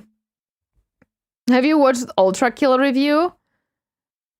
I don't think so, because I was not interested in Ultra Kill at all, so I may have not watched it. I watched the Yakuza pirate game review, but I just didn't like it. The Bloodborne and Doom Eternal, one are personal favorites, I see. My peak experience with Seth involved his Space Station 13 video and God Hand. Seth has an Elden Ring video if you like that game and want to check him out, but he mostly does all the weird games. I don't mind about the games. With Maxer, it was just the games, the videos that were showed to me from his creations. But generally speaking, I don't mind which game it is. Other people's hard drives. We can occasionally find them crash landed randomly on the map. Now you'd think if someone was to go through the trouble of encrypting their hard drive, launching it to an alien planet, and crashing it in the middle of a desert, they would probably have some pretty heinous stuff on there. But these things are actually very useful. Each one contains an alternate production recipe. So instead of creating computers with circuit boards and wiring, you can achieve the same result by combining aluminum foil, a handful of pencil shavings, and a generous amount of your own saliva. It's really quite helpful. However, even better than that are the alien artifacts you can discover throughout the map. Most of the time, they're protected by violent animals, and if you pick them up, a strange voice will whisper vaguely threatening things to you. Me pretending to be asleep so everybody at the party beats me off, but actually I just wanted to get beaten off. But once you get past that, you don't worry about it. Just don't listen. It's okay. It's okay. It's okay. It's okay. You will mind some of the Seth's games, like I can bet on it, very possible. Ultra Kill, Doom Eternal, and later and Elden Ring episodes are his best in my opinion. Later, as in like the trilogy little thingy that he made, yes, that one I loved. They're great. For example, Summer Sloop can be stuffed into your factories to allow for item duplication. Meanwhile, Mercer Spheres are used to create interdimensional storage depots. Anything I put into this gets uploaded to the cloud, meaning I don't have to have it in my inventory to be able to craft or build with it. So obviously, I stole as many of these funny orbs as I could and used them to augment my warehouse, thus giving me access to every resource in it at all times. I will admit, the probability that I actually developed interdimensional storage is quite low. Meanwhile, the chance that I'm just shoving all this stuff up my ass is fairly high. Yeah, don't worry about it. He has a lot of space up there. Yeah. But I try not to think about that. Feeling rejuvenated by these developments, I decided it was time to take on the next phase of the space elevator. This one requires 2,500 versatile frames, 500 modular engines, and 100 adaptive control units. The production of these items took at least 15 hours and pushed both the factory and my sanity to their upper limits. Every conveyor belt, every megawatt of power, it was all dedicated. He's megabyte but human. Oh my god. Second half, somewhere around millennia, -1. I see. To these shitty little items. By the end of it, I was completely exhausted. But as I watched the parts fly into low Earth orbit, I felt a certain glimmer of satisfaction. A hopeful optimism for the future. I thought, it's going to be okay. I was wrong. Because immediately after completing that phase, I look in the top right to see what they wanted next, only to be greeted by the following demands. 500 assembly director systems, 500 magnetic field generators, 250 thermal propulsion rockets, and 100 nuclear pasta. Assuming you're not completely psychotic, you probably have no idea what the fuck any of that is. So allow me to break it down for you. To produce these items, we will need the following. 1,000 crystal oscillators, 125 turbo motors, 125 fused modular frames, 375 motors, 500 electromagnetic control rods, 625 modular frames, 625 modular engines, 1,000 AI limiters, 1,100 heavy modular frames, 1,500 high-speed connectors, 1,875 heat sinks, 4,200 computers, 5,000 circuit boards, 5,000 automated wires, 55 burgers, 55 fries, 55 tacos, 55 pies, 7,500 steel beams, 82... Wait, where'd the fries come from? I would like those. I mean, Reggie has a voice that is both unmedicated and also very medicated with the green medicine when given the proper script. Aluminum casings, 11,500 liters of nitrogen no. gas, and finally, 14,000 pieces of plastic. It's Yay, hard he's to done. fully express how devastating this discovery was, but allow me to try. You are 10 years old, and it's Christmas Eve Yay. 2004. You're walking home from the child labor factory. Your feet are frostbitten because your mom keeps selling your shoes so she can afford more medical inhalers. But that's alright, because it's almost Christmas, and Dad even left to go get some eggnog. He's been gone for 4 years, but I'm sure it's just the traffic. You go to bed that night dreaming of Santa Claus and the wonders of this magical time of year, and then you hear it. Someone's in the living room. It must be him. You rush into the room, and there he is, Santa Claus. Merry Christmas. Have you been a good boy? For the first time in years, a smile spreads across your face, only for Santa to expose himself to you and ask you to pound his ass. Fuck Santa's ass. It is in this moment that you can no longer deceive yourself. Mom is a drug addict, Dad's never coming home, and Santa is a pervert. Safe to say, you're a little disappointed, but you are only 5% as disappointed as I was when I saw the next phase of the space elevator. I hope that helped. So I spent a few hours I don't know if it helped. It made me just very sad. sulking around, not really sure what to do about this problem, and then it came to me. In times of antiquity, divine clerics would ingest hallucinogenic compounds to gain clairvoyance and find solutions to their Reggie, I don't know if this is what you want. problems. Now, I don't have any crystal meth, but I do have a coal power plant. So I just stood on top of it and inhaled deeply until I achieved my revelation. No, the Reggie, real problem here isn't the laundry list of random bullshit. It's that we're not polluting the planet hard enough. We need of to course. double the power grid. Then I'll be Yeah, doing that will give you clairvoyance 1000%. Just imagine. I think he broke making this video. We can get those materials, I just need crock. Yep. able to scale our factories enough to build all of this useless garbage. First things first, our current supply of fuel is insufficient, so it's time to innovate. Take some coal, smash it up in a machine, and then dissolve it into your fuel supply. You now have turbo fuel. Use this to double your power grid. Let's That's good, but we go! can go even further. We just need some nitrogen gas. Mother Nature hides her sweetest fruits deep underground, so we build a hydraulic fracking machine to pound her into compliance. Now take your nitrogen, mix with water, a handful of iron, and you've got nitric acid. Combine that with turbo fuel, and congratulations. Your entire power grid is now running on fucking rocket fuel. We're producing 300 liters of this stuff every minute. And after doing the math, I realized I could theoretically build and run 70 generators off of this supply. So that obviously, sounds I did. Nurgle. As I choked my way through a cigarette-flavored cloud of smog, I wondered if I had gone too far. Do I really need 70 generators? Yes. The answer is no. 75 is a much better number. With that taken care of, we can begin production. First items, 500 assembly director systems and 500 magnetic field generators. Both of these require high-tech electronics, such as supercomputers. So I set up a mega factory to produce the necessary components and supplied it via the train network. Missed 69 joke? No, 75 is perfect. I would be very proud of this accomplishment if my manufacturers weren't all running at 18% efficiency. You see, assembling electronics is highly precise work that requires a specific ratio of ingredients. Meanwhile, trains are the sledgehammers of logistics.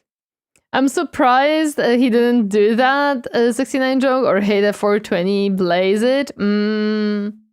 Maybe it's something that we should suggest in his comments, that we're missed opportunity joke.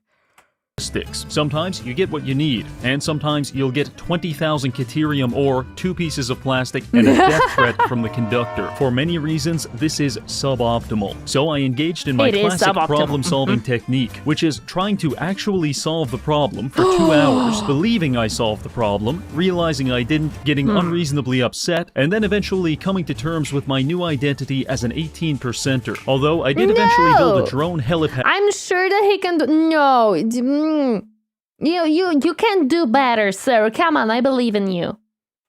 on top of the warehouse, and I've been using that to transfer supplies between our factories, which has helped significantly. So that takes care of the director systems and field generators. Next This is a huge building, by the way, my goodness. is the thermal propulsion rocket. I want to go on record saying I hate the thermal propulsion rocket. It takes forever to assemble and has literally no use other than being Thermal isn't used to craft anything. Oh no. recycled, which makes it the most complex piece of garbage in the entire game. Anyway, I set up a factory to produce the rockets. In order to reach it, I just have to shoot myself out of this cannon. If I don't have enough speed, I end up falling into a poisonous jungle and asphyxiating. But if I have too much speed, there's a 50% chance I smack into the side of the space elevator and die instantly. I think it says a lot that this was the most enjoyable part of building the rockets. The final item we have to manufacture is nuclear pasta. In order to achieve this, we require an ungodly amount of copper powder, some funny little cubes, and a high-speed particle accelerator, also known as a cyclotron. In the realm of nuclear physics, these are kind of a big deal. Allow me to explain. 2,000 years ago, alchemists were considered very intelligent and respectable members of society. Their goal was to transmute base ingredients such as lead into precious metals like gold. To accomplish this, they tried everything, ranging from complex chemical reactions to fermenting their own semen in a jar.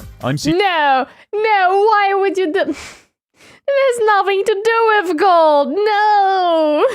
Serious. 900 years before you were drowning Isabella in your degeneracy, a Swiss alchemist was boiled.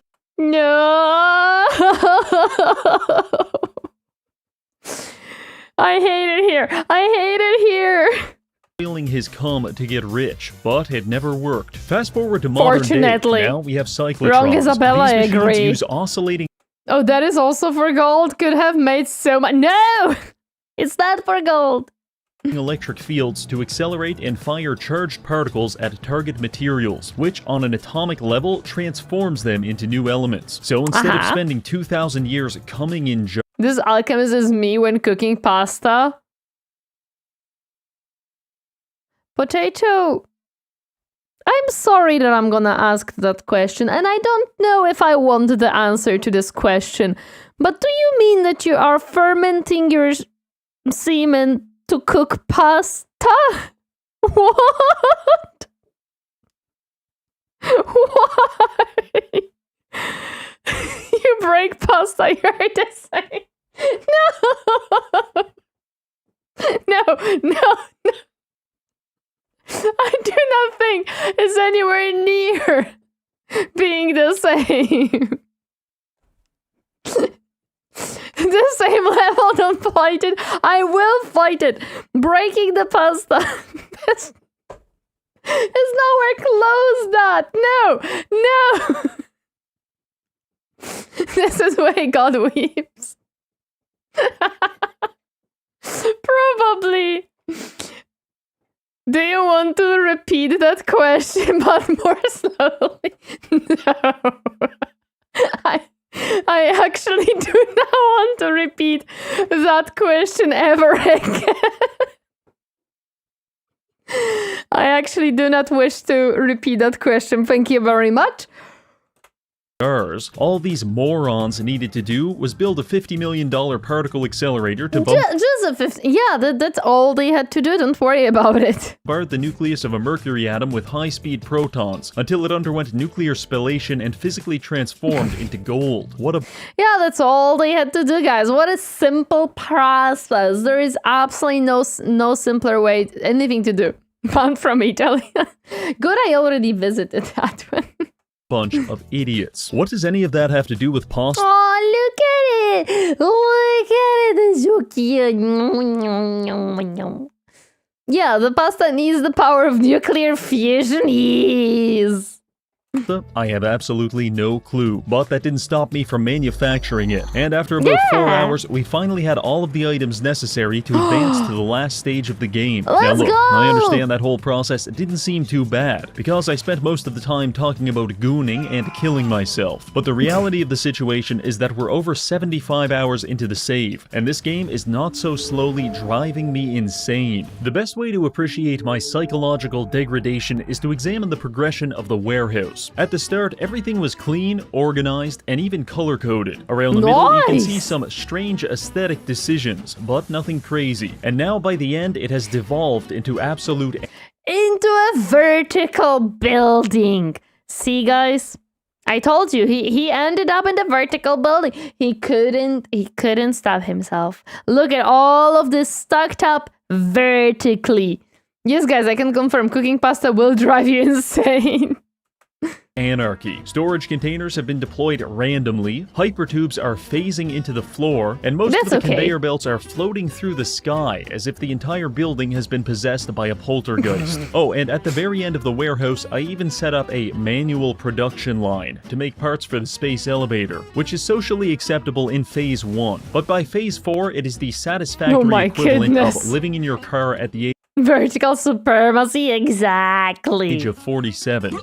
By this point, I had abandoned my final vestiges of humanity. I exist solely to manufacture. I assemble my conveyor belts in what could best be described as... Look, he now doesn't make them straight, he makes them nice and wobbly. There we go, that's how the proper spaghetti was supposed to look like. He got to that point, let's go.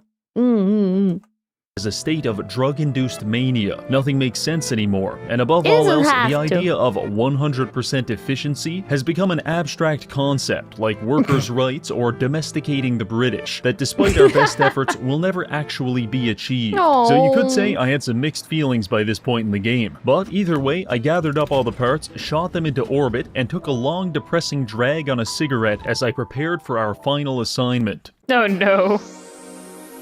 Oh no. A new day is upon us, and with it, new possibilities. Phase 5 offers exciting technologies such as this, and this.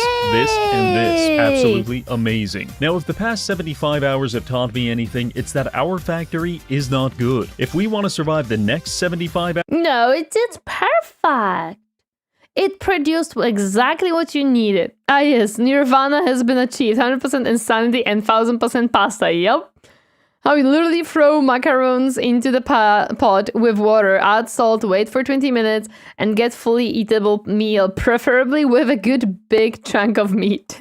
We're going to need to make some major changes. This was when I decided to implement the DoD mandate. It stands for double or die, meaning we're going to double the production of everything in this entire factory. Every plate, every screw, every computer, every goddamn ingot. Or we will die trying. Our ability to accomplish this breathtaking and daring effort will depend largely on one critical factor, the availability of this slug. Power slugs are sentient and immobile creatures, terrible combination by the way, found all over the map. Their name is derived from the fact that they contain a lot of power, and if we jam one of them inside a building, it makes it go very fast. Basically, we're performing an excruciating mass-to-energy conversion on a living creature to make...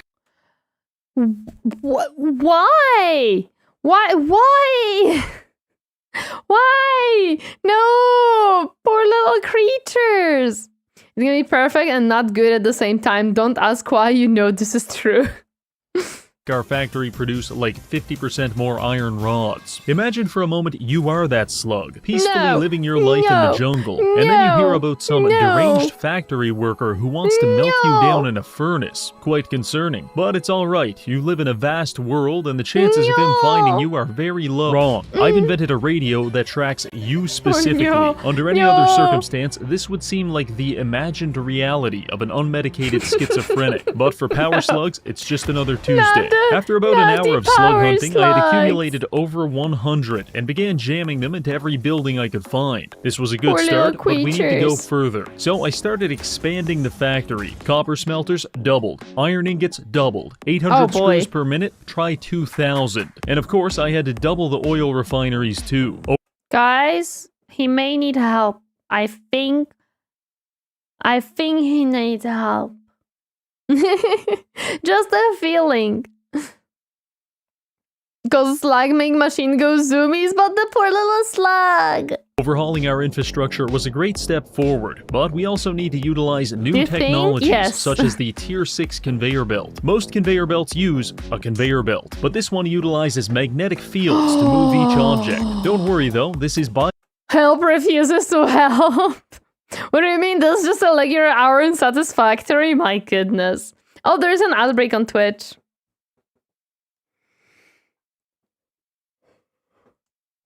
But no, the poor slugs, I feel bad for them. I feel as bad for them as I felt for the doggos in Let's Game It Out video. It was horrible to watch him kill them all. According to my friends, report such things should have taken a couple of 100 of hours. I'm not surprised. These games take you a lot of time, especially if you try to optimize them and make them more efficient. Like, you spend 1 hour building something and 3 hours rebuilding it to make sure it's efficient. Alright, I'm back. What did I miss? We are finishing the video soon. After the ads on Twitch are done, we have less than 10 minutes left. You think that the slug got hired as a middle management to increase efficiency locally? You know what? We should do that. We should employ slugs to increase the efficiency of middle management, please. I think that's the best way we can utilize slugs. They are bestest slugs ever. 100 purple slugs is actually a lot, to be fair. It is a lot, and it's poor little slugs. We don't want to kill all the slugs. They're just existing and chilling. Same as the doggos. They're just chilling. You give them a big, juicy fruit, and they're so happy. Where can I get some power to put in my PC? Not here. 1 blue slug is faster than 100 yellow slugs. Interesting. Interesting. To be honest. But yes, no. Considering they make 5 power shards, that's 500 of them. I require the slugs to be not killed for their power. I don't know if it's true, I'm just loopy. Why are you loopy? Do you watch too much Reggie playing Satisfactory and you remember all the hours you sank into it and now you are just crazy about it? I have lost 2 of my free brain cells during the stream. Nah. Those were gone long time ago, Potato. Yes, blue slugs into my PC. No. But yes, no, Tori. Yep, that'll be me. Then I can run RimWorld mods with thousands of colonists at once. True. But should you run RimWorld mods with thousands of colonists at once is another question. Okay, magnetic freaking conveyor belts, let's go. That sounds awesome, by the way. By far the most dangerous version yet. I did the math on this. It's moving They're at very 85,000 meters per hour. I used to work with a guy named Tom. 85,000 meters per hour. Yeah, you don't want to touch anything on that conveyor belt or be in any way in the way of the conveyor belt. You may have additional hole that you didn't plan on. Tom tried to grab something from the Tier 6 conveyor belt, and in the blink of an eye, Tom turned into a fresh coat of paint on the ceiling. Yeah, so Tom whatever you do don't that. listen to those losers at OSHA, because if your conveyor belt has a time-to-kill metric, then you know you're doing something right. By utilizing these conveyor belts and several obscure scientific devices, we were able to begin production on the final set of parts for the space elevator. Now, despite all of our hard work, we're just barely able to afford the production of these items. And according to my math, it's going to take another 12 hours to assemble them. So I did the only reasonable thing. I left my computer on overnight and went to sleep. Makes sense, makes sense. I woke up the next morning and made my way to the computer to check our progress. In one word, it was beautiful. We had produced almost everything we needed, and with a few more hours, we could be finished. Just as I was about to award myself Employee of the Month for the daring maneuver of falling asleep at work, tragedy struck. A notification telling me one of our batteries had just gone offline. My eyes widened as I scrambled over to investigate the power grid, and that's when I realized I fucked up really bad. Our entire power grid relies on rocket fuel, which itself requires nitrogen gas. Okay. Nitrogen gas, which is delivered by this drone, unless a blockage occurs on one of the conveyor belts and stops the bottles from reaching the drone. Not sure when this happened, but I do know the only thing holding our entire factory together is a couple dozen batteries I built at the start of the game. And it's only going to last for about 10 more minutes until our power grid gets nuked back to the Stone Age. I spent the first 5 minutes finding and clearing the blockage, but it's going to take a few minutes for the nitrogen to get... Public announcement to all employees and viewers. Please keep all hands, appendages, ears, feet and other bodily parts away from the freshly installed magnetic conveyor belts. The crew installing them already is down 5 men. Thank you for 100 biddies, potato. Thank you. Also, my friend was advertising Witcher 3 to me for the entire last year, and my hands have finally reached it. I think I start to understand why. Thank you for the lurkies, Mini. Thank you. I appreciate it. I want to play through that part before watching it. Makes sense. No worries. Welcome, Rocco. Welcome. Happy to see you. How are you doing today? Get back to the base, so I started setting up some nuclear reactors to buy us some time. I don't know if you've ever woken up at 8 a.m. and have been forced to build a nuclear power plant within 5 minutes, that doesn't sound like a good overwhelming. thing. So I'll explain the basics. Nuclear power plants offer the most power of any generator in the game. However, they also require the most mental fortitude, because the production lines are long, convoluted, and everything is radioactive. On that note, some people will try to tell you that uranium might damage your DNA, and maybe give you cancer in 10 years. Never. But I will I think this channel has grown quite a while for the time I know. I'll tell you what really matters. Do not pick up the plutonium fuel rods, because they'll kill you right now. In fact, that's kind of an issue with nuclear power in general, because each generator produces highly radioactive waste, which needs to be disposed of. There are several ways to accomplish this. The first method is that you could befriend one of these lizards, at which point... No, don't go to Let's Game It Out route. I beg of you, do not go to Let's Game It Out route. No! You gain the ability to feed him tasty snacks. Instead, you're going to feed him 200 barrels of toxic waste and then put him out of his misery with a piece of high-velocity rebar. Upon death, his inventory is deleted and you have become a monster. Alternative Yes, you have become a monster. Exactly. Thank you, Reggie. The Khorne cannon. Create a hypertube cannon with 23 accelerators, equip a hazmat suit, and fill your inventory with nuclear waste. Then, enter the tube and become a hero. The cannon will rapidly accelerate you past the speed of light, at which point your physical form will painfully disintegrate, thereby deleting everything in your inventory and getting rid of the waste. Oh, and in case it wasn't clear, you die. If neither of those options are appealing to you, you could pursue the official method. Using a blender to turn the waste into non-fissile uranium, then turn that into plutonium pellets into plutonium fuel rods, plutonium waste, fixonium, and eventually into fixonium fuel rods for an environmentally friendly power plant. Or you could just do what I did. Dump all of it into the ocean and slowly irradiate the water table. Now back to reality. Okay, I understand why he did that. Did manage to get a few nuclear power plants online, but as I was heading back to the warehouse for more supplies, I was greeted by the most deafening noise in the entire Satisfactory universe. That is, the sound of my power grid exploding, followed by complete silence. Well, shit. Without power, everything in the entire factory grinds to a halt. No manufacturing, no drones, and most importantly, no hover pack. This was a lesson I learned the hard way. Fixing this won't be easy, because all of our generators require fuel to start, and to make fuel, I need power. Therein lies our dilemma. So we're going to... He made a circle of where it just doesn't, like, once he is gone with the power, he's gone with everything. Like, he needs fuel to make power, but he needs power to make fuel, so he is in problem. Have to do this the old-fashioned way. I disconnect the coal power generators from the main grid and then restart them. We've now got a secondary power grid with enough coal to last about 20 minutes. I connect this to the rocket fuel blenders and they start refilling the pipes with fuel. I'm going to wait until they're full, then we're going to try and turn on the main power grid. If we're lucky, it'll work. If we're not lucky, I'm going to jump headfirst into a tier 6 conveyor belt. After about 50... I love that it literally becomes like a little sanding paper.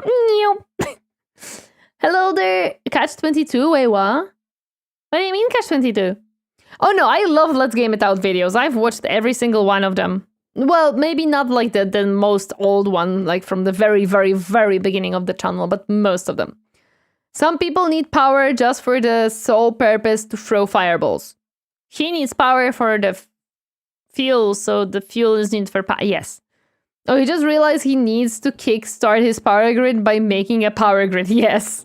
15 minutes of production, we ran out of nitrogen, meaning whatever fuel we've got in these pipes is all we're getting. So this is the moment of truth. I made my way over to the power box and flipped the breaker. He can do it. In that instant, 100 hours of gameplay flashed before my eyes. And when I returned to reality, I realized our plan worked. Yay! The power grid is back online. Now we can finish the game once and for all. So I set up one of my classic floating... My English is best. Sorry, I'm not in... writing. I'm guessing what you mean is that you're not the best, that English is not your first language, which is completely fine. As long as I can understand what you say, I don't mind your English capabilities. Some are born powerful, some become powerful, some have power thrust upon them. True! These pipes remind me of Hi-Fi Rush as they pulls in the rhythm. They kinda do pulse in the rhythm, that's true.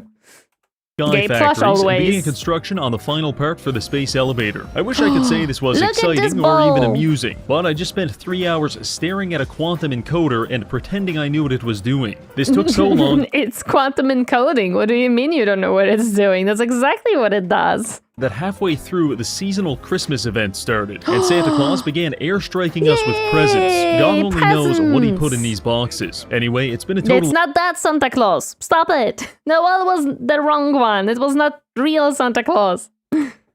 of 125 hours, and we finally have everything we need to save the planet by sending Gabe Newell into orbit. So let it begin. I loaded up the elevator, set the fuel injection level, adjusted the gyroscopic stabilizers, and launched that fat bastard into the sky. From here, he climbed aboard this spaceship and sent himself through a wormhole to ensure he could never develop Half-Life 3. Goodbye, Mr. Newell. You will be missed. We just cannot have it, guys. We just cannot have it. Unfortunate. There wasn't quite real Santa either. It's okay. It'll never happen. Well, that does it. We've won. But as I watched Gabe's corporeal form twist through the fabric of space-time and into an infinitely distant cosmos, I felt a certain emptiness. After 125 hours, our goal has finally been completed. Yet, each machine continues to mutter its symphony of productivity. That's when I realized there is no rest for that which may be replaced. No profit-sharing for the humble miner. No celebration for the industrial mixer. Only labor. By some vector, whether electrical or biochemical, we are animated, and our life is reduced to mere numbers. We are not builders of legacies, we are pawns in a game where the only objective is the relentless accumulation of more. More profits, more productivity, more assets, all while our spirits remain empty. I stand here... No, I'm sure his spirit is somewhere to be found. Did you play Half-Life? No, I've never played Half-Life. Well, Veer Alex and like... If I can suggest a video, the Stupendium, he makes a quality which is unmatched. I would say look, tech song about soft drinks and nothing else. The song is called Vending Machine of Love. We can track it. Maybe Monster Hunter? Yes, I did used to play Monster Hunter. Spirits? Spirit is just elsewhere. No, it's right there. Right there. I'm sure. Hello there, eating John. Welcome. Happy to see you hiding today. Surrounded by a cornucopia of manufacturing, it can produce thousands of any item in the world, and yet it... Maybe his spirit is a monster hunter. Maybe he is hunting his spirit. What in binary dimension is a spirit? Potato, you know what spirit is. It's the thing that you're missing. Don't worry about it. Can't produce happiness. However, it can produce enough TNT to blow up the entire map. So, fellas, this has been Reggie, wishing you a Merry Christmas and a Happy New Year. Oh boy, yep.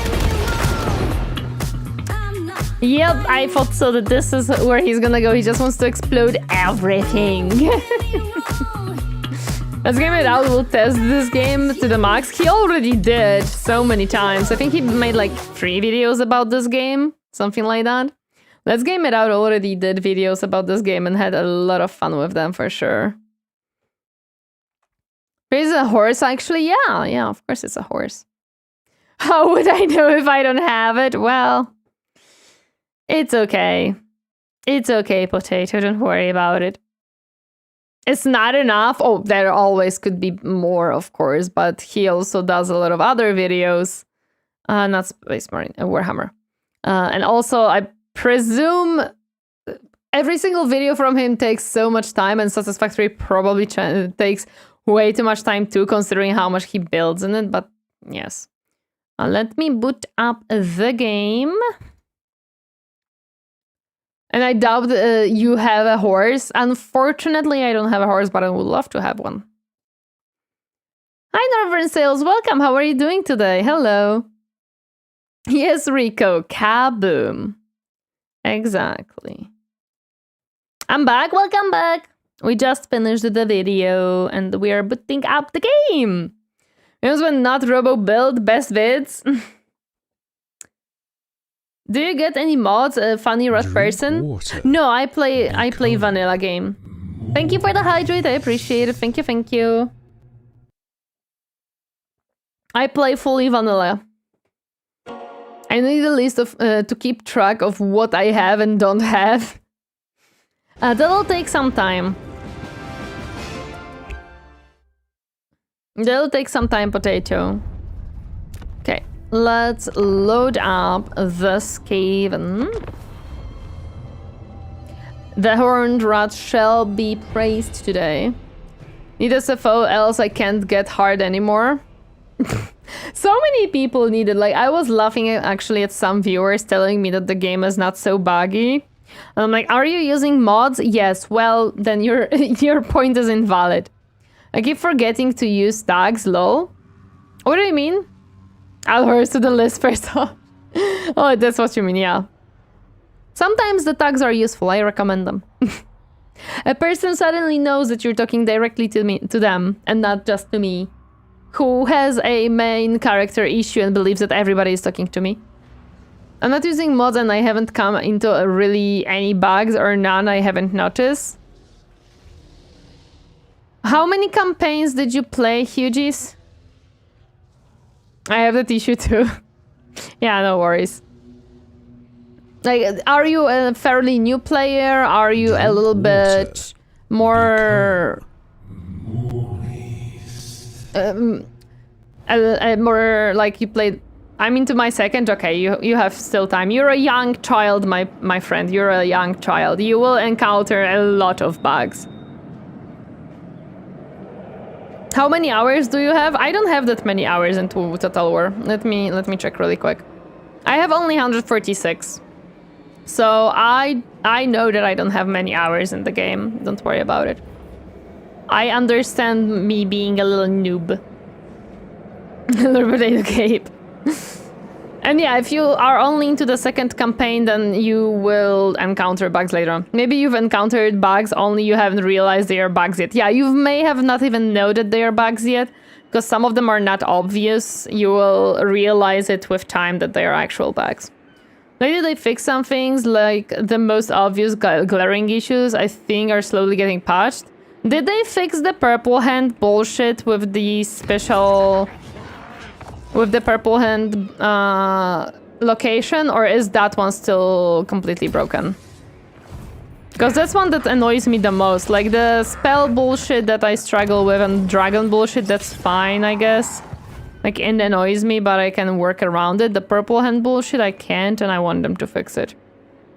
Yes, this Stupendium is pretty good indeed. He makes a quality with is rare, which is rare these days. It is true that sometimes the quality is rare these days. I don't want to attack these guys because I don't really care for them. What was I doing? I was definitely pestering Rakeland, because I always pester Rakeland, to be honest. Oh yeah, I was trying to like take away this city from them, and they just backed off from it. Wait, I saw a Sega logo earlier. I sweat is Warhammer games made by Sega? Yes. Well, they're published by Sega. They are made by Creative Assembly. No, that's a Warhammer 3 bug. They are still working on all the bugs from Warhammer 2. Oh my gosh! Chief Warlock, Ikit Claw. Reclamation. Prince and Emperor. Oh, I'm... Yeah. Weaklings detected. Gotcha. Yeah, no worries, no worries.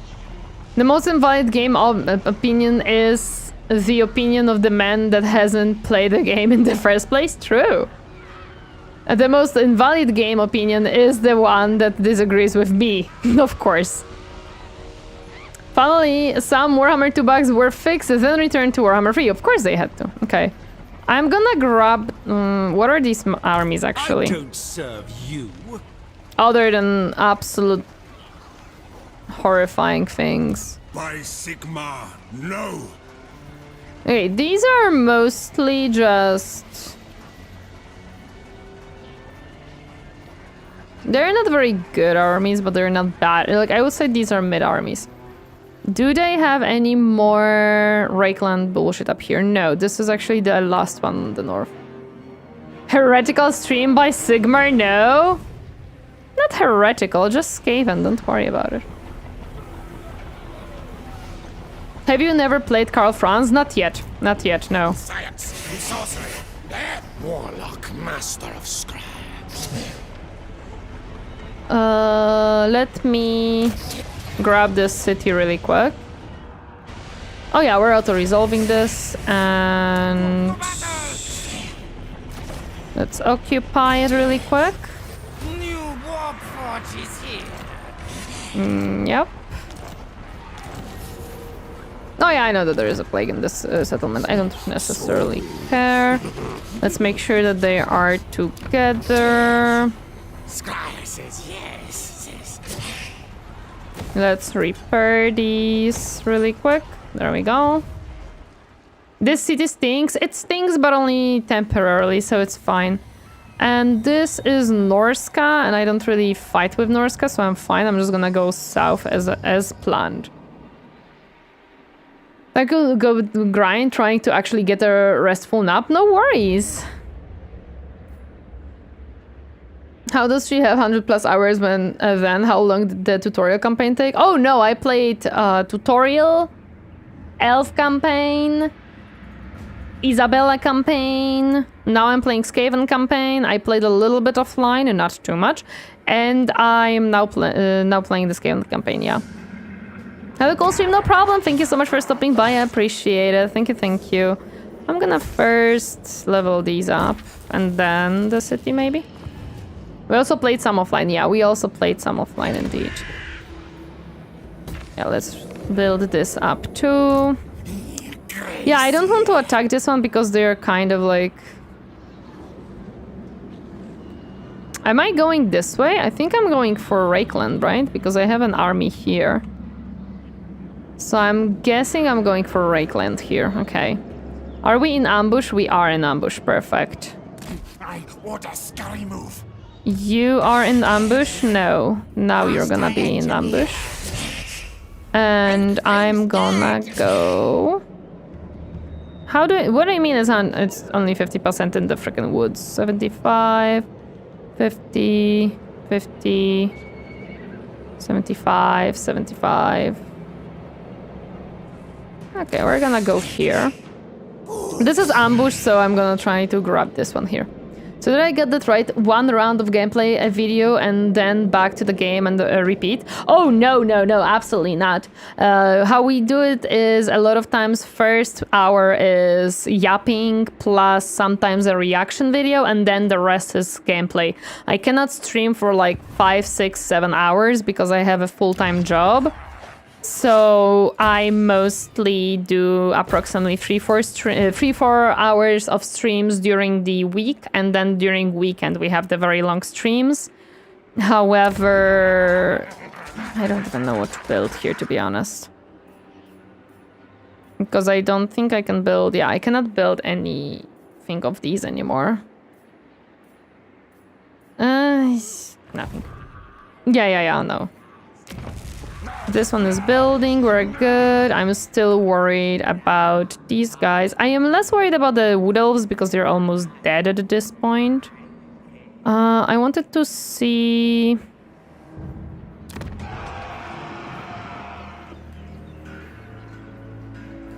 I will not obey. Where is...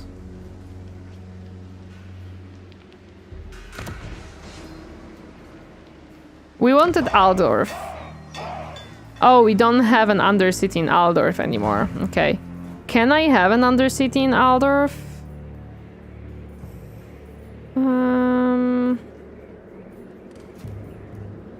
Rights. No. Where is the right of... Why does it have 30 turns cooldown duration?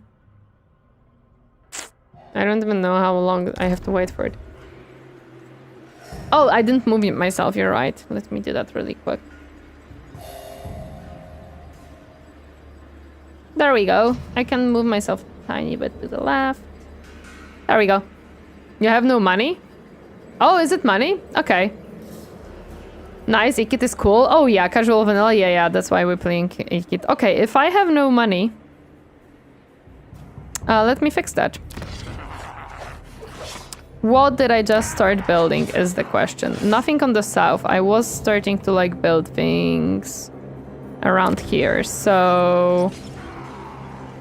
No and no. Let's grab some money back. I was building something here.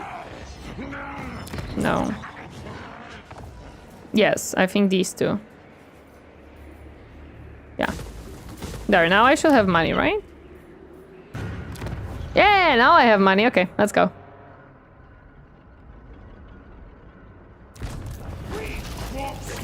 You need only 500, not 1,000? Well, we got that boy. Where are you? Where are you? Oh, why are you in this city? Oh my gosh, I mean, that's fine. We want you into Aldorf. Okay, there we go. Okay, oh yeah, I didn't notice that we only need like 800 to do this. Oh, wait, this is money. We want money. We like money. She secured the bag. We didn't build anything on here. You can upgrade this one as well. Okay, there we go. I just subbed, so see you next stream when I get time. No worries, thank you so much for stopping by. I appreciate it. Hope to see you soon. Hello there, Pietro. Welcome. Happy to see you harding today. Hi.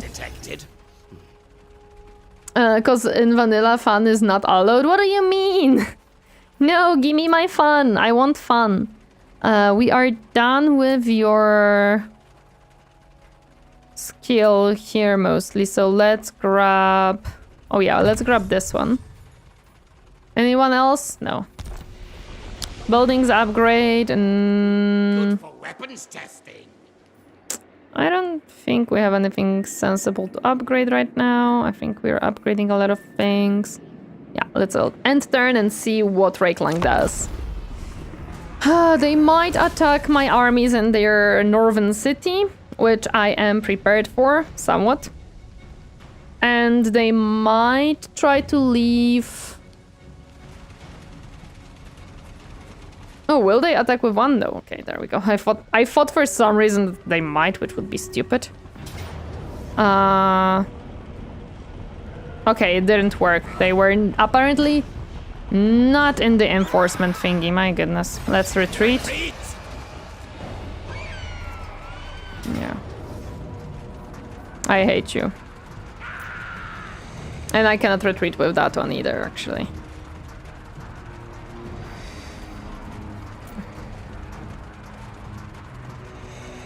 Is this my main army? No.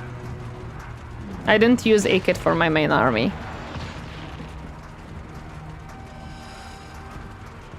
I might have to reload this one, because I thought that they are gonna be in the reinforcement. But they are not. It always... I always get tricked by it, to be honest. The reinforcement, like, area is always tricking me. No, because they attacked the first... they attacked the Ikit and it was not in the reinforcement. It didn't have the reinforcements at all. To be honest, I should stop bashing vanilla, because someone who has never played a faction should play them first time in the vanilla and only when they are bored to try out modes. Oh no, wait, they actually lied late siege. Wait, what does it mean?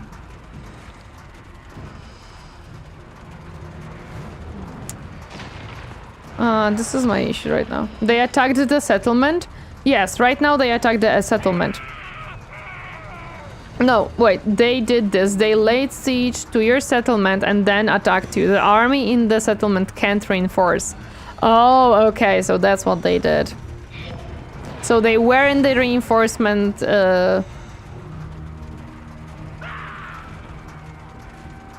I'm thinking if I should reload so I can... Yeah, previous battle was winnable. I might do that. Let me load the save really quick. So we're gonna try the first battle. And then we're gonna see this one, because this one should be in reinforcement range if they do that. So let's reload and try to fight the first battle and see how it goes. This is why we don't leave armies in cities.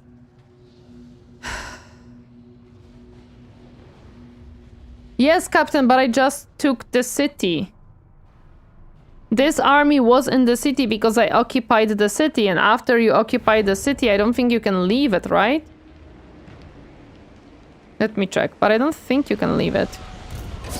Yeah, no, you can't. I think you can step outside after. Let me see. Okay, I can step outside, okay. Okay, we stepped outside. You can move the army out of the city even if you occupy. Okay. I was certain that you cannot. That's me being stupid. Okay. That's fine.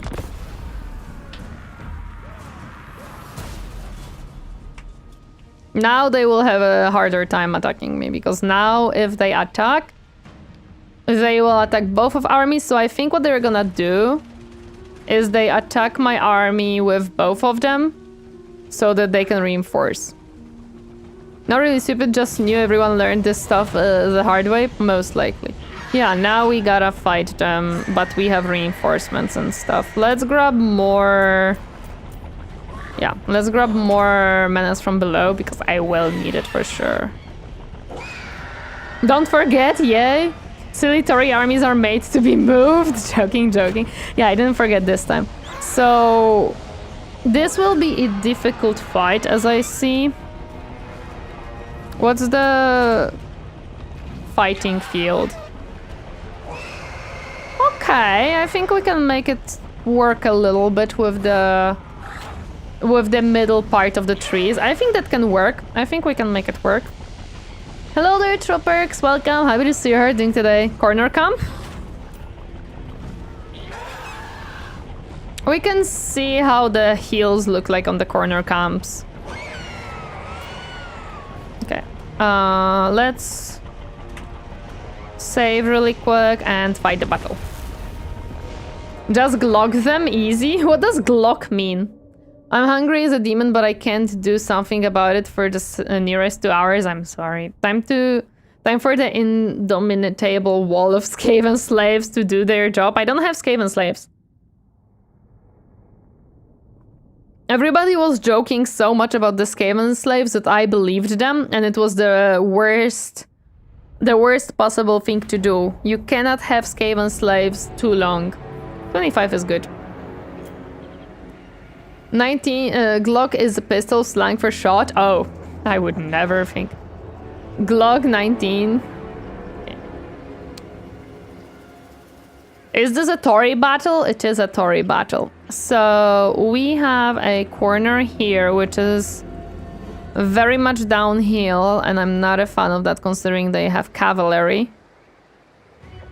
But this one has no trees and is even more downhill. However, This one has obstacles. Like, I could technically funnel them to go only through this part, because here they cannot go through this hill whatsoever.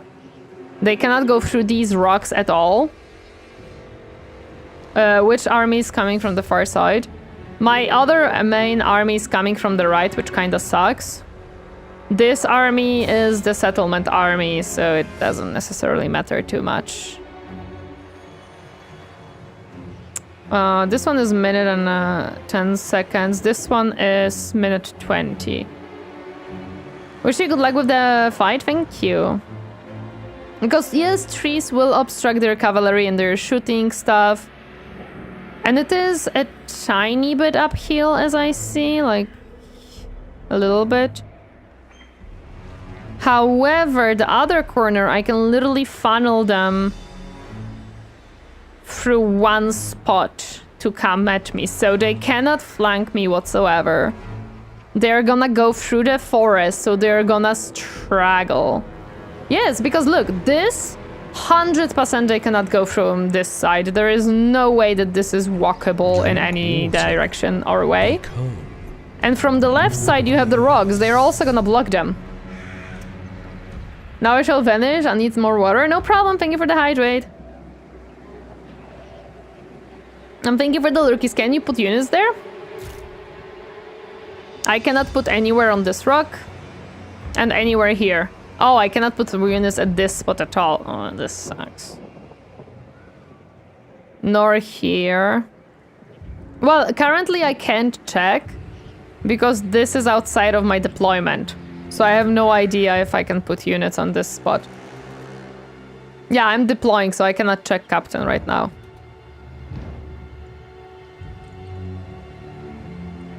Yeah, I cannot check right now.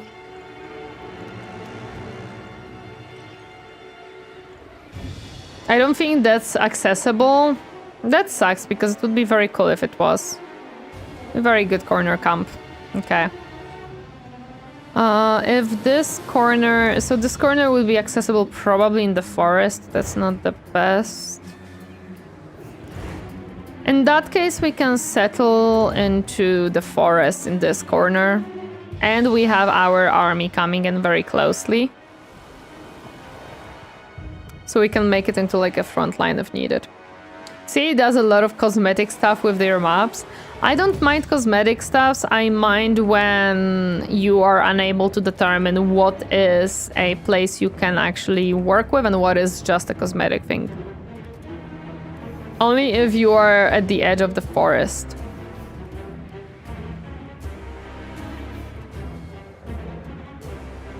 Trees are not good for you if you remember. Oh yeah, true. Because need line of sight. So I would have to set it up like here. Which is not a corner whatsoever. On the other corner, I could settle here. Because they cannot come from the right. And they cannot come from the left. However, it will be far away from my reinforcements. Skaven weapon team armies are tricky and this map is doozy. Yeah, it's gonna be tricky for me here.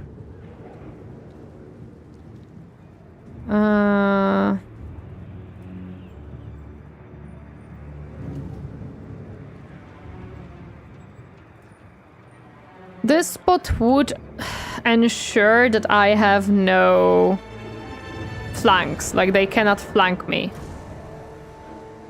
Because either edge of the map or this spot, which I'm almost certain is not available for them to walk through. I am not certain though if I want to do that.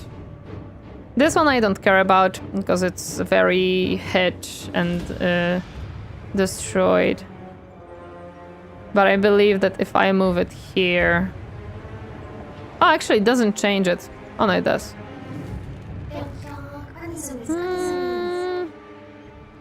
Project Storm, thank you so much for the raid. Welcome, raiders. My name's Torineesan, and we just start thinking about the About this battle, how we want to deploy and what we want to do. Minute 30 is fine. What is there?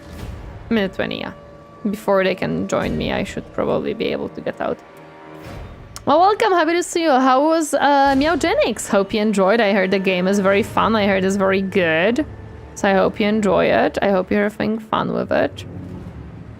Okay, chat. Do you think, in your opinion, should I settle on this little patch of trees at the edge of it? We can try to settle on the top of the hill. I was thinking of it. Because we could try that. It's really good. I'm happy to hear that. I'm just thinking how I want to do that. Okay. For the Vermintide.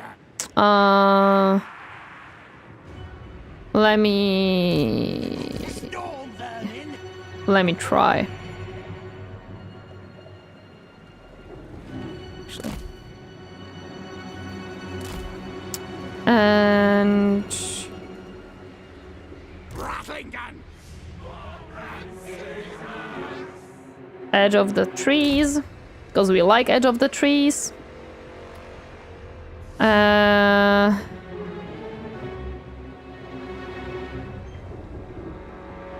Yeah, we have to... I don't want to advise because I'm horrible with Skaven. I am not good with Skaven either, believe me. Like, I am definitely struggling with Skaven a lot. I am trying to learn their shtick, but they're not easy. I'm gonna tell you that much. We could, like, shorten you a little bit. Yeah. There we go. And what I wanted to do... We know that they're gonna use cavalry on us. 100% they will. So... I'm just gonna try to prep for that on the sides.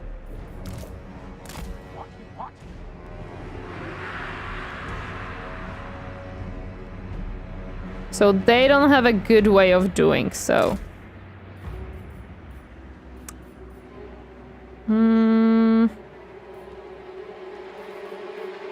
Warp fire. We don't have much warp fire throwers. But I like to put them on flanks, if anything. Okay. Ready. I got a cat with 2 really good traits. Oh, that's awesome. The good old Skaven playthrough deployment taking a third of the battle. That's my battles in general. Don't worry about it too much. Okay, you know what? Actually, with these, we can just put them in here. Where are you guys? Ready now. Ah, you know what? In that case, I would rather have you on the side here, to be honest. Yeah. Or in the middle, to be honest, we'll see. What are these guys? Oh, you're another warp fire thrower. I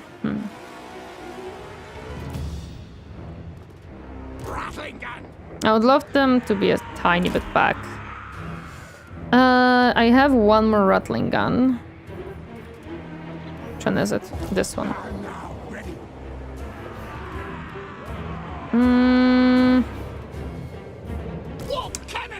The zapper, please be here. Thank you. These can be in forest, right? Like the catapults are fine at the forest because they throw up, not certain front.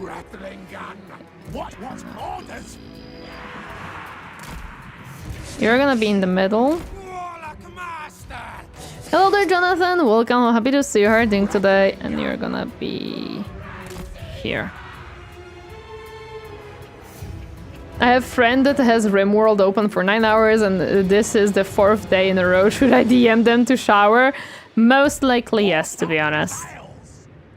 These are my biggest issue right now because I don't know where to put them, so they are not in the forest. Like, I can put them here, which is fine. This is still very good range. But you are Jezzail's too. Let me just make you a little bit smaller so I can feed these next to you, hopefully. I'm a hopeful for the quick pre-bed walk. Have fun, guys. Let the Rat Kingdom thrive. No problem. Thank you so much, Potato, for stopping by. I appreciate it. Please rest well and sleep well. They're on slope, so you can put them on the edge of the tree line. Oh yeah, true. I can put the these guys in the trees, to be honest. I don't have to worry about it that much. I can put them in this forest, like on the edge here. And unfortunately, this is the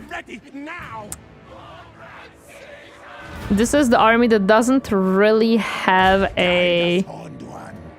you can just be here, to be honest, because you are the globadiers, and globadiers can be behind my other. Knowing the word thrive exists in the Skaven language, it does. These are the... Okay, so these can be... Which one has longer range, actually? I think the Jezzail's. Okay, so these we can put a bit closer. And then this can be also a little bit closer. For the Vermintide. And I still have these guys, I think... I don't know...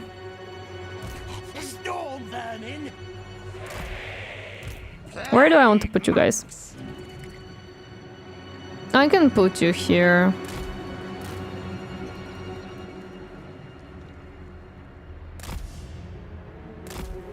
Yeah. Does the Lord have mount or high speed? He has a mount because he is on the Doom wheel.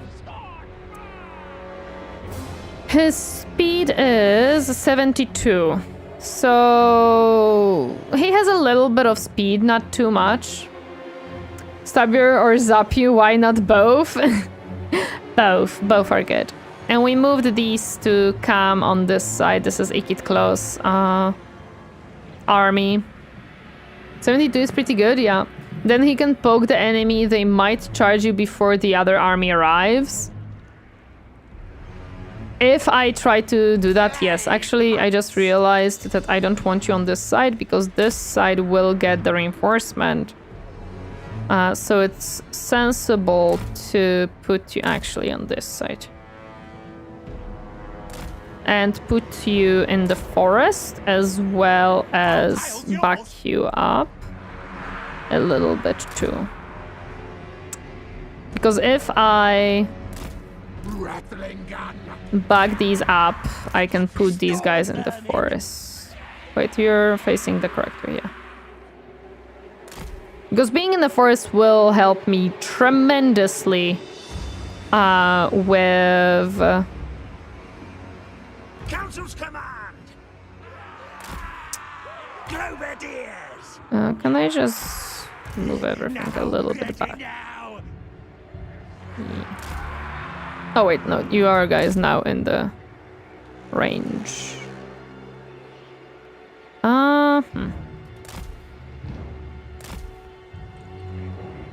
The AI doesn't flank that hard because they're looking guns in the middle, so they will be wasted like that.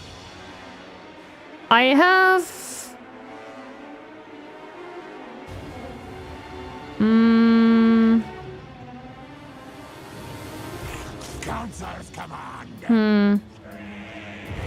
If she just kills all enemy units, the problem is solved. Works for me either every time. Yeah, it does work, eh? I wanted to... Okay, so focus the rattling guns in the middle. Let me think how I would do that. First of all, what I want to do... Yeah, don't run. Rattling gun. Where can I put more rattling guns, though, in the middle? What I can do is definitely reinforce the middle.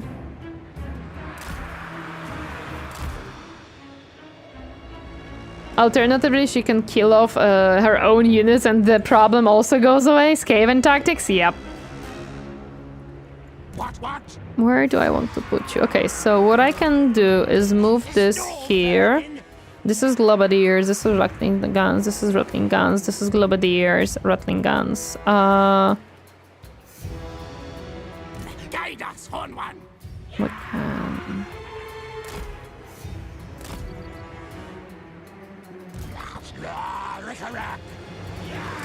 We can do it this way.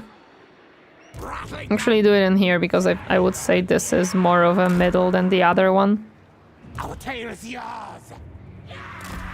Yeah. This is more of a sideline. Yep. You can also just let them all run away like cowards, also valid Skaven tactic. No! Let me just move this a tiny bit back. So they actually don't, like, complete obliterate my stuff. Rat Gaming. Hi, Hypnotic Kiwi, welcome. Happy to see you herding today. And this way, we can also move the globadiers a little bit. We can move these guys a tiny bit. And these guys a little bit. Yeah. Rat Glock Maxen. I don't know if you can call it Maxen. Actually, yeah, I can put these rattling guns with these guys right next to each other. Because we have these on the side, we can move them here as well. Yeah, we can move you a little bit to the back. Yeah. Move you back to the side, move you a little bit to the sides. Technically, I could potentially, like, also... Wait, this is warp 5 throwers. It's fine.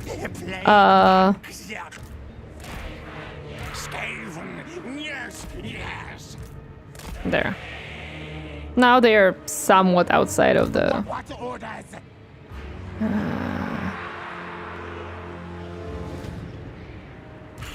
Skaven, yes. There, now they are somewhat outside of the range. Somewhat. There you go, Draco. Thank you for the redeem. I appreciate it. Oh yeah, because I've moved. I have still one more warp. Yeah, this is fine. This setup will be fine. It's okay. Yeah. Problem solved. We can go home. Let's go. Okay, we should be good. We should be good. I know that the javelins being in the forest is not the ideal thing, but it's fine. Thank you for that. I just wanted to drop this here. No worries. No, why are you... Read the first message? Alright, we also have a nuke. Oh yeah, we do have a nuke. True. Problem solved, 100%. Okay. Also, we wanted to see if we can bait them, so let me move my dude in front so we can run with him really quick. There's no problem that couldn't be solved with a rocket launcher, of course. Okay, let's start the battle. And let's run at them so they actually charge me. And not try to... just sit and do nothing.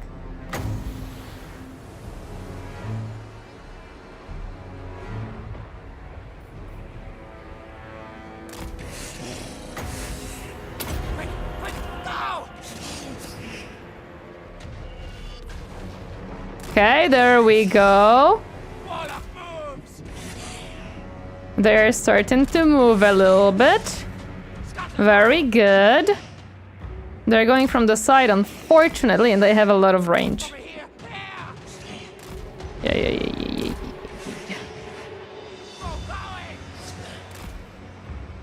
Okay, they're starting to move now.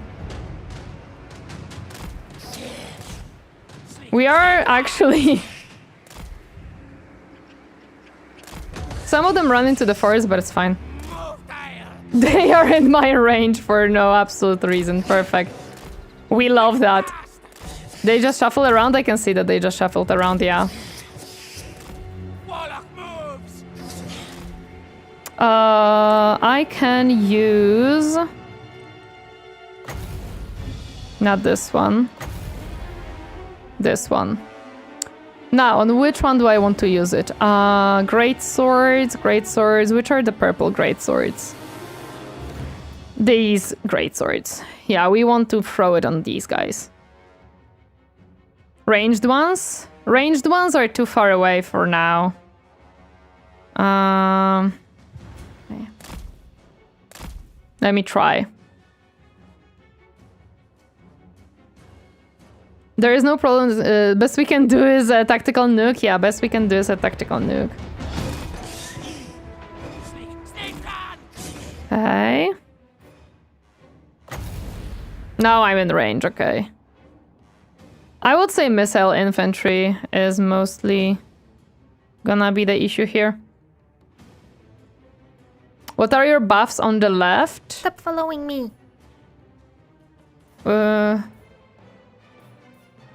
Passive ability speed plus 10% melee defense plus 5. Power recharge plus 40. And will recharge if hit points less than 25%. So Crimson Lion, thank you so much for the follow. Welcome to my comfy space. Up enjoy your stay. Hi, hi. Okay, let's throw it at these guys.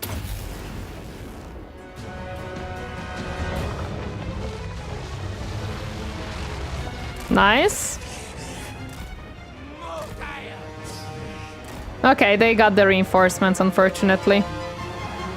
I tried. Oh well. But my reinforcements are here as well, so that's fine. Most of their army will be coming from the right, as I see. You still baited their lord? Oh, true, he is trying to come in. Good. Come in, my friend. Okay, Ikit, you can be here. Now to have fun and try to set up everything that is coming in. Oh boy, and of course my...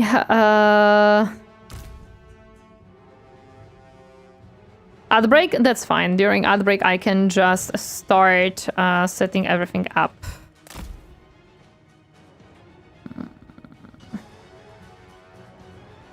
Why not?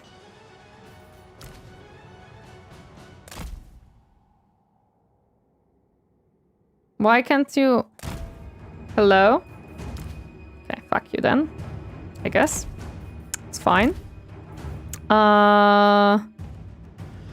Jazelines, you can guys stay here. To be honest.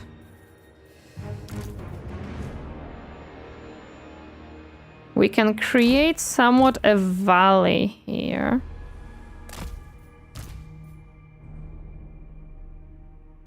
With these guys. What else are we having that moves in? You are set. You are set. No. You're not set. Yeah.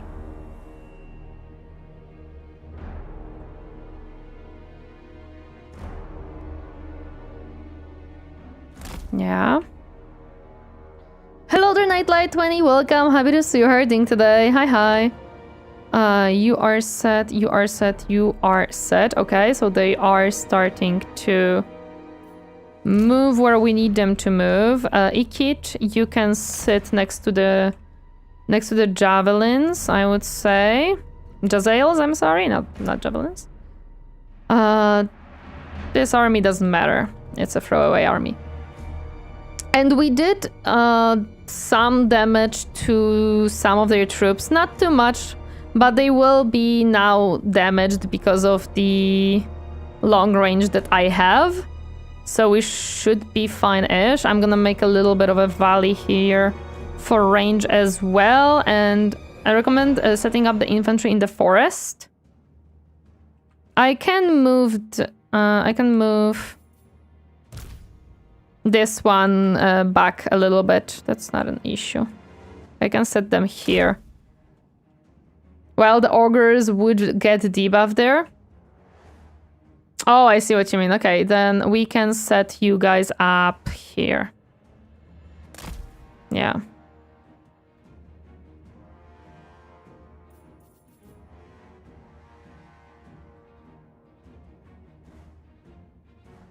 That is true that ogres will have an issue there, but we can move ogres into the main army. And also, we can probably fold from the left, because I don't think they're gonna have too many on the left. Yes, ogres are my main frontline units, so I'm gonna probably try to move them, like swap them around with the plague monks as soon as I can. Reinforced by your clan rats? Yes. Okay. Let's continue. You are set to come back, which is good. That's what we want from you. And we get more javelins. Okay, what else do we get here?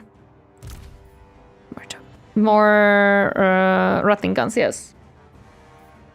Plague monks can work too, but your melee will have better chances among the trees. Oh yes, 100%, yes. You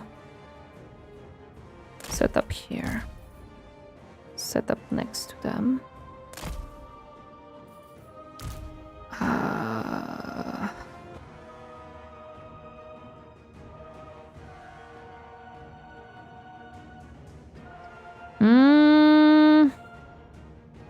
Okay, so this one is the one that almost died there. Good.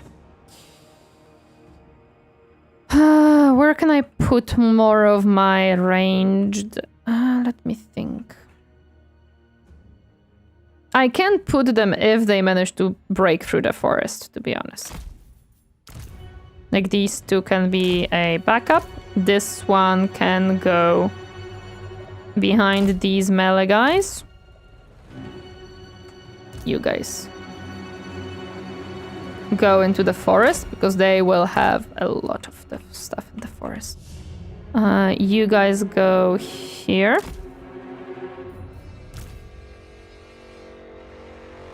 Where is my backup one? Here. You. Do I want to do this swap? That's gonna take a long time. I mean, that's fine, to be honest.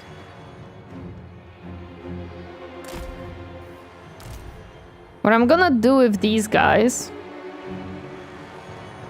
is one of them I'm gonna set up here as a backup. The rest goes into the main lines. So I'm gonna put them in here. Oh, I have these guys, true. You guys can for now stay here. I'm gonna think what I want to do with you. Okay. Anyone has no... And don't forget to re-aim the artillery units too. Also, what I have to do...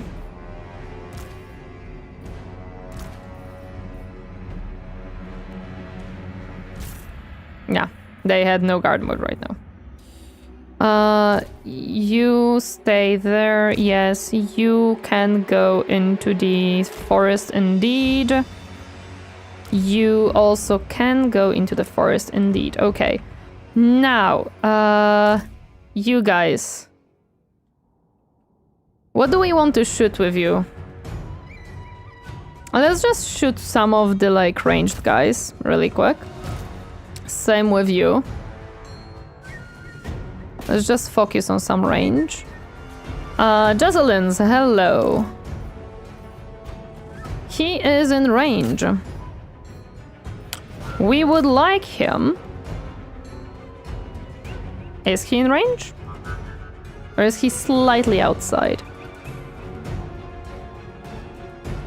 Nah, he should be in range. He should be in range. You guys are still setting up. So you don't shoot yet. Okay. You are set. You are set. You guys are set. Okay. Okay. Let's continue. We now have re-aimed our stuff really quick.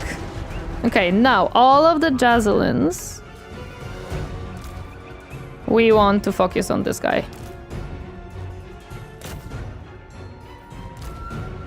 These guys are not ready yet to shoot. Not yet. Also, some of them will not have range probably for this. I think you have a spell to trap him. Let's see if I have it on him. No, no. No. No. Not on this guy. Yeah, not on this specific lord. I have it probably on...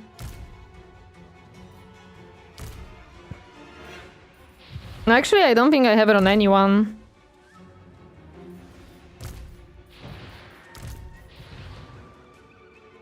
Yeah, I don't have it on any of my lords here. I came up with a tactic, and it may or may not work. A large advantage of the computer is the overwhelming with superior numbers, but if they were hitting to you, there may be a way to stop it.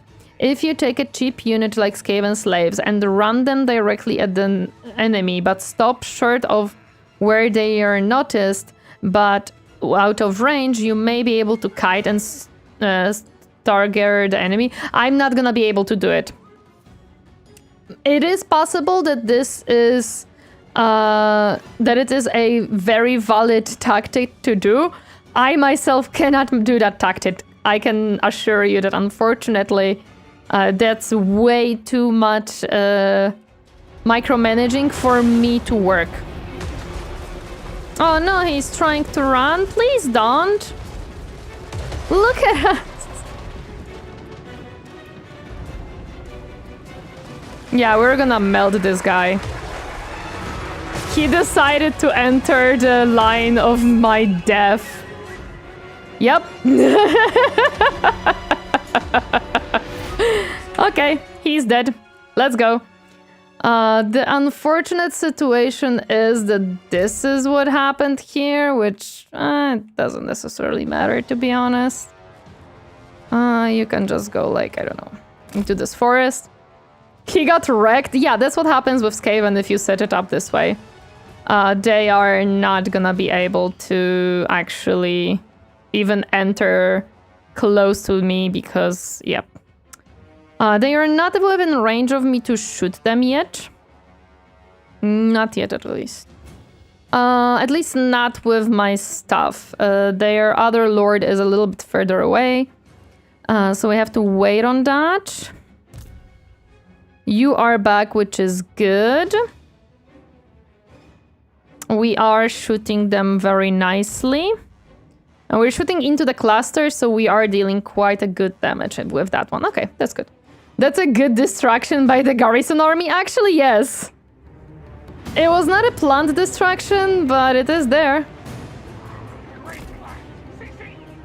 They have Gatling guns, by the way. We should remove them.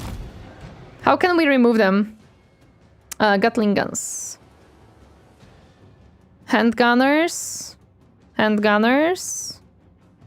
Handgunners. Crossbowmen. Halbuster volley guns and volley guns. Artillery. Okay, we can start removing them indeed. There we go. Volley guns. Yeah, we're starting to remove them now. And clan rats.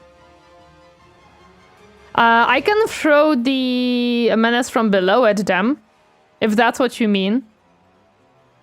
Yep, okay.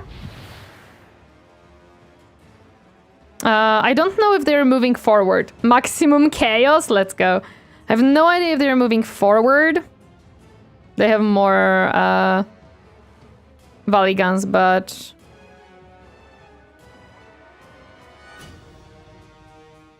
Nah, That's fine. Whatever.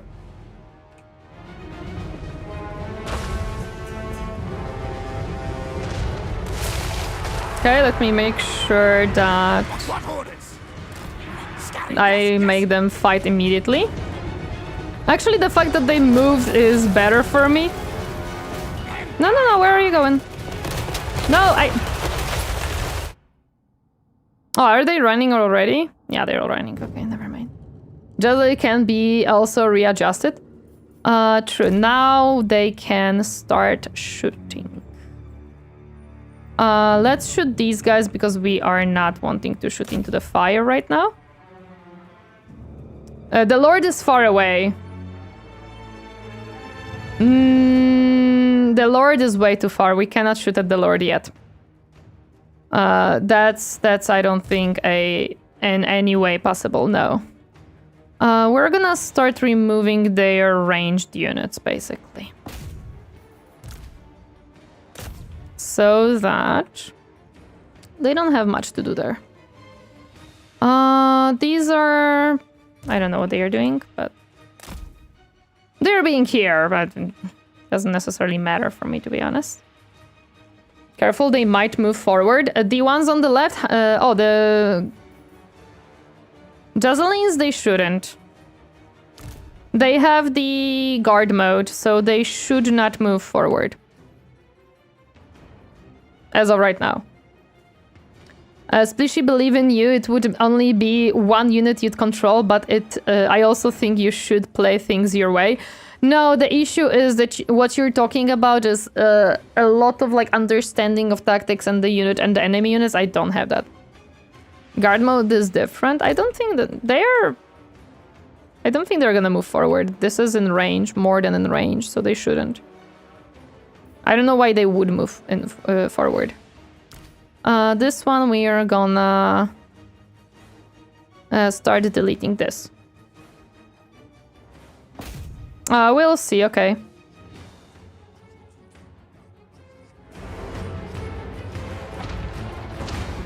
Nope, it seems like they see. Okay, we're good. No, now they're moving. But they're readjusting. Okay, let me shoot these guys instead.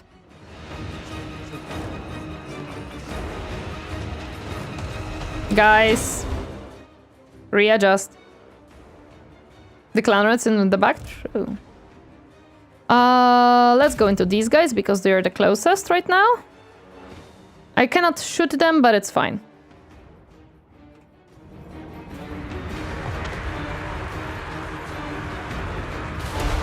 We're just causing distraction right now, and that's all we need here. My hidden units revealed. That would mean... Yeah, they have noticed these guys. Which, to be honest, doesn't necessarily matter. Looks like some of the catapult shot hit the trees in front of them. No, this is the javelins that are struggling to shoot, but it's okay. The catapults shoot here, generally speaking, so it should be okay. These guys are... Yeah, they are shooting these guys. These guys are shooting the wrong guys. Let's finish these guys off.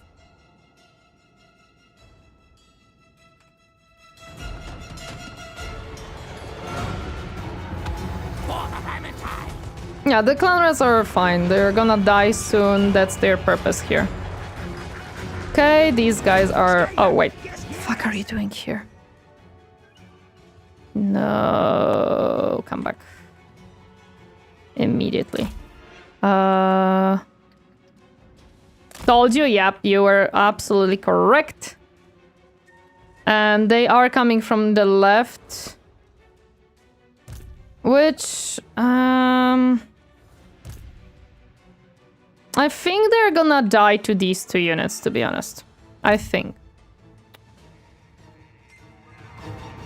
Okay, you guys come back immediately, yes. They might, unfortunately, pay with their life for that mistake. Especially that my units are killing them, but it's fine. Okay, these guys fight immediately. These guys. Reshuffle really quick.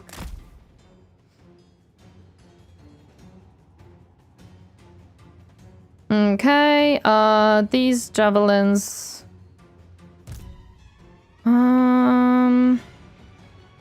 Shoot at these guys so we can get rid of them. Yeah. I think Fight Puff is weird and hits the top of the trees above. Might happen, to be honest, it's hard to say. You guys are keeping their artillery busy? No, you're not.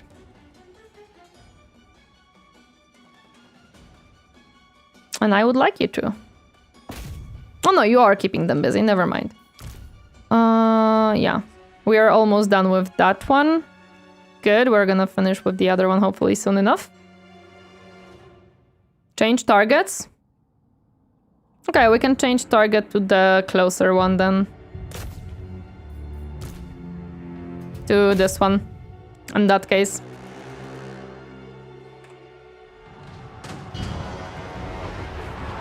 Yeah, these guys are gonna be gone, which is fine. You go in. Don't let them run too much. Nice, okay. They're retreating, but it's fine.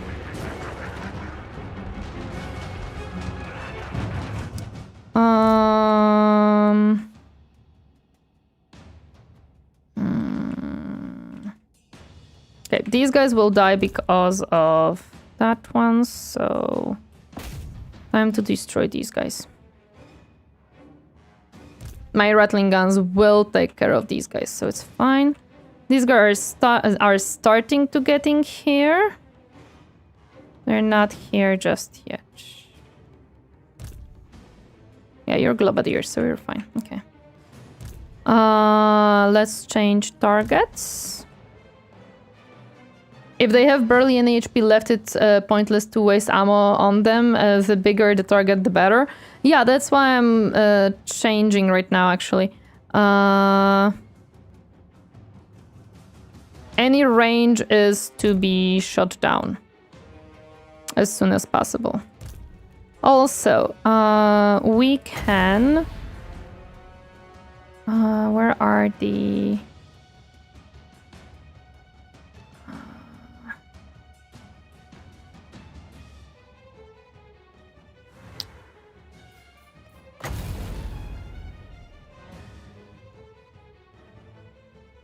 do this really quick as well. These guys are already almost dead. Very good. There is two more. Oh, well, hello there. We're gonna have to take care of you too. That's fine. Are you the... No, you are also a spellcaster. Where is the... You're the melee dude? Yeah, you're the melee dude. You're gonna be... you're gonna be fighting once they get into melee, actually. You can use your assassin to fight in the forest. Yeah, I can.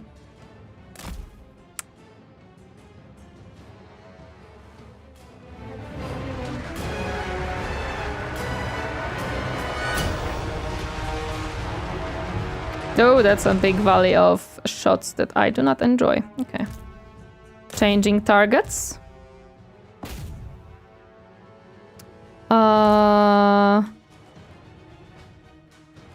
They're just outside of range, unfortunately. But they are not here, okay? Very good. So far it's good. Yeah, so far we're doing okay. This is an issue, actually. Oh, this one is still alive somehow. Or is it a different one? I don't know. No, it's the same one. Check the abilities on the lords and heroes. I have the bomb. I have augments of wind, which I do not need just yet. I can give leadership. This is not what I would need right now. I have more bombs. This is just for my... just for Ikit Claw to deal more damage, and this is Augmenting of Winds, Doom Rocket, and Reload skill. Yeah.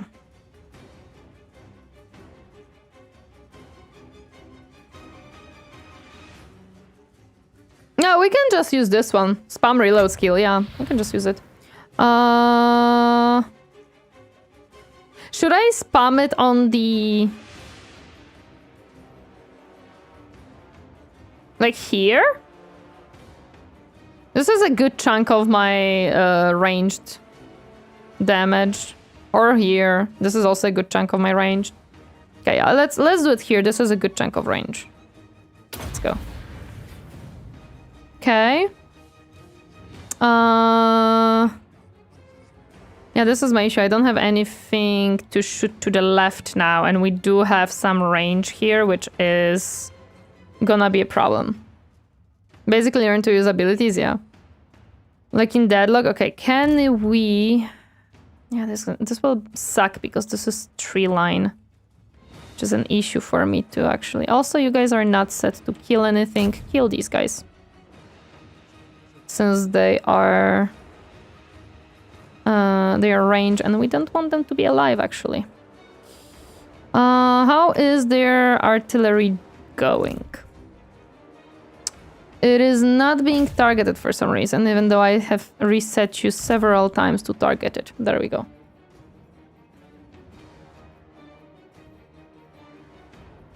Okay, so my issue right now will be the left side.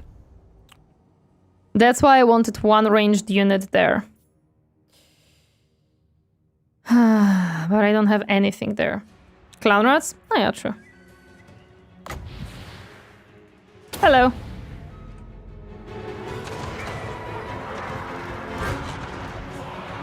Okay, let's reshuffle really quick. Don't let them run. Come on. Go in, don't let them run. Has been wounded in the fighting and carried from the field, sire. His loss will be keenly felt by those left fighting. Wait, what? Oh, was it just... it was the fucking reinforcement thing. It was the reinforcement army from the settlement. Oh my god, don't scare me, game like that. Whew, that was a scare and a half that I forgot a general somewhere or something. My goodness, that was not something you want to hear in the middle of fight when you're literally...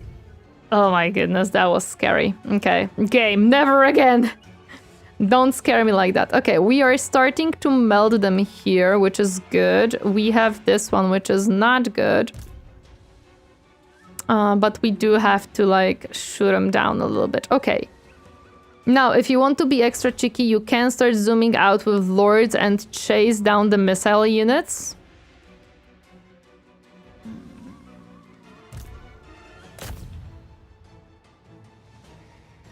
How did you get an advisor message from him? Is the first time a lord died in your campaign? It's actually very possible, to be honest. I don't really lose lords very often, so it might be that this is the first time a lord has died in my campaign. It might be. No, I didn't want you to move anywhere. I want you to focus on the ranged units because we don't like ranged units. We want them to be actually dead. This is a ranged unit too, but we're gonna kill it soonish. Okay, my left side is an issue that I struggle with right now. Can we try to actually get rid of the range? That'll be pretty useful. You guys are going this way. You guys...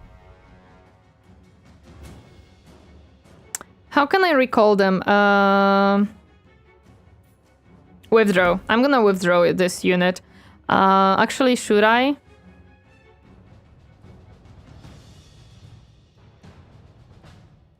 Do you think, Captain, I should just withdraw this unit or keep it in the back, hoping that I can use them? But as long as most shots get through, it's fine, yeah. Keep it and shoot the left side. Okay. I'm gonna first try these guys because they're in my way and they will try to enter here. We cannot allow. I'm gonna use missile infantry, weak against armor, good range, anti-large. Let's throw it here. Okay. Where are you? On your way. It will take you some time. Ikit. Who has reload? You have reload. Oh, it is once per thing. Okay. What is this? Oh, that's not something useful. Not that useful. Okay. You are... You have this one too.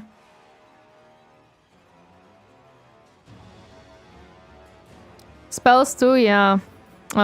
We can...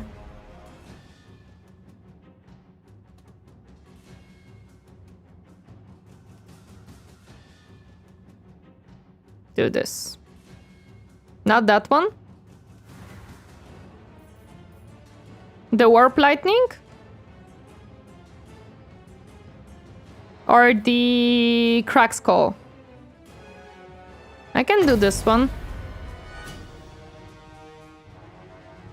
There.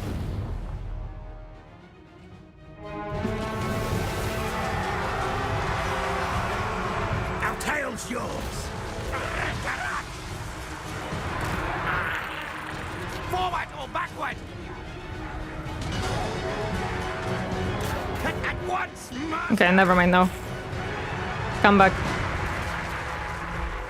Ah, so much green, so beautiful. Okay, give me a second. This... Okay.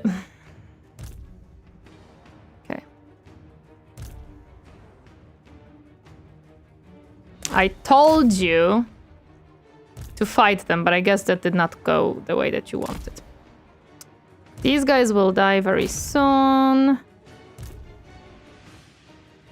Yeah, they're gonna... The issue is these guys.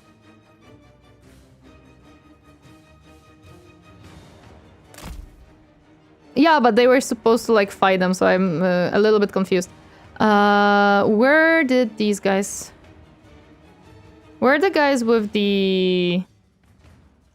These are pistolers. Did we kill the other one or did they run? They may have run actually. Oh no, they came in here. Perfect actually. Good. Okay. You guys... I can shoot these guys. You guys are keep shooting these guys. Good. You keep their stuff occupied. Very nice. We kind of need that. Yes, indeed. And there's one more here, which we are gonna be killing in a moment too. Yeah. The cav units has higher speed, mass, and mobility, so they can escape easily. Yeah, that was my mistake. It's fine. We're gonna try to fix it. Let's see. Yes, we want these guys to be dead. You guys? Yes, these guys are almost dead. So that's also good. These guys are almost dead. That's also good. You can only reach these guys, to be honest. So in that case... Actually, you can just shoot these guys. really quick since they are right in front of you. And yeah, you shoot the backstack, these guys now. The other ones are running, so they are not necessary. These are important to kill now. Good. What are you? You have a huge range. We're gonna try to kill you in a second too. You can send Ikit to help on in the trees, maybe. I am sending the Wizard Lord who is closer by. He is helping on the left side. Ikit is too far away. He can help on the right side, but not... Oh, on the right side. Yeah, sure, Ikit can go in. This guy is also here.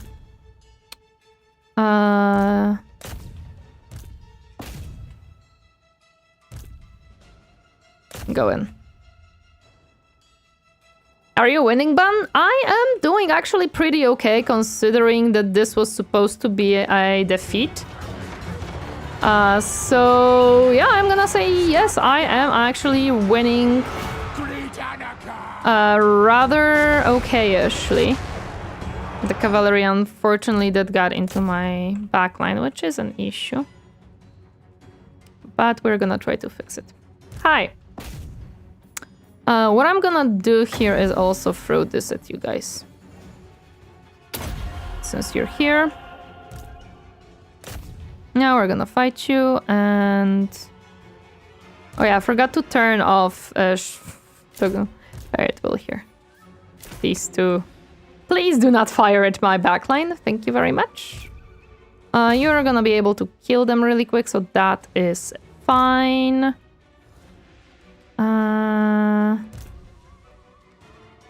Please focus at these guys, because they are being a menace, actually. Are we focusing into the one that is closer by? No, let's start that, and the other one can run away, and I don't care for that. Yeah, let's do this.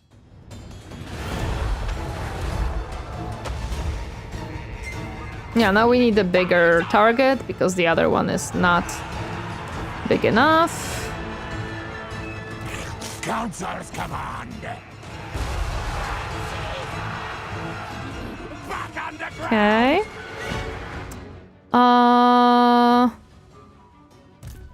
So yeah, you can shoot at these guys, that's fine. You can shoot at these guys now. You can shoot... Did they leave their cannons? Not yet, okay. This guy. Let's start actually... Actually, yeah. Let's start shooting this guy. How are we doing with the cavalry? We're not fighting it. Why are we not fighting it? Please start fighting it. We need menace from below on these guys. And... Let me turn off the guard on you. And I'm gonna start struggling because of the guard mode, unfortunately, which is an issue. You guys shoot these guys. There's another cavalry here. Let's just sandwich them.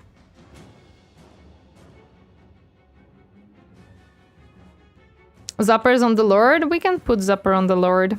We cannot put Zapper on the Lord because the Zapper is dying right now. So it cannot shoot, actually. Where are the augurs? They are on the other side because you said left side will be fine. So yeah. Also, the augurs will coming from the right side. So they are on the right side. I was searching for where I put my frozen beans to defrost so I can eat them right about now. I just found them in the freezer. Oops. You can move them over there. I don't think I have anything close by to do so, to be honest. I can try. I don't think it's gonna work.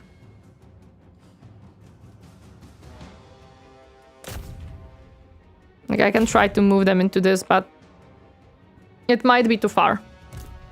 Yes, you can reshuffle to shoot these guys.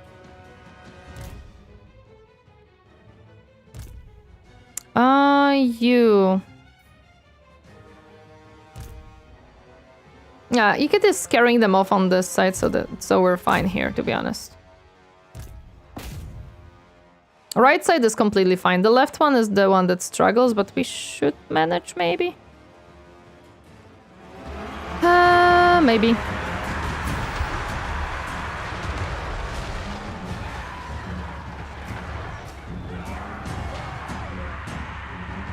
Yeah, we're finally melting these guys. Fight them. Fight them.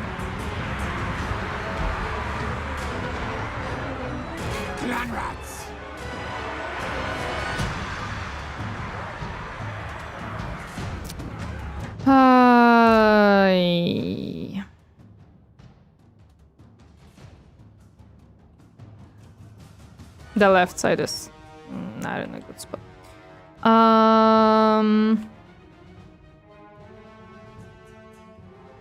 Where are you going? The heck? No, come back. Come back, dude. You also come back.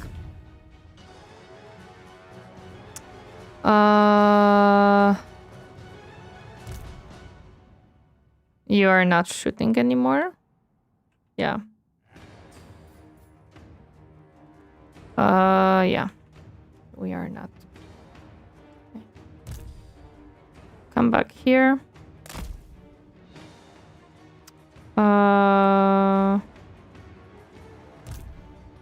Come back here. Army loss should trigger soon, so the right side is pretty much over. Put them back on. What do you mean put them back on? How do I... Oh yeah, this one.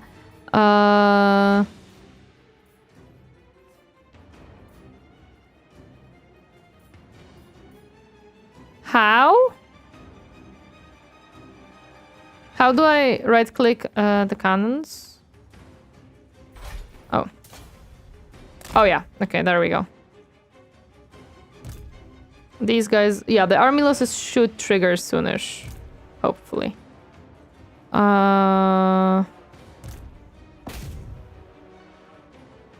These guys will run away soon. These guys... I don't think we can do anything about them right now.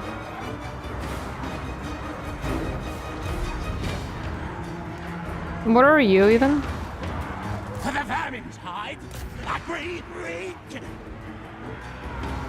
Clan rats. Attack!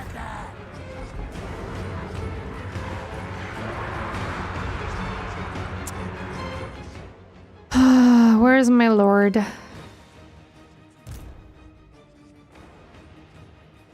Refocusing on this one.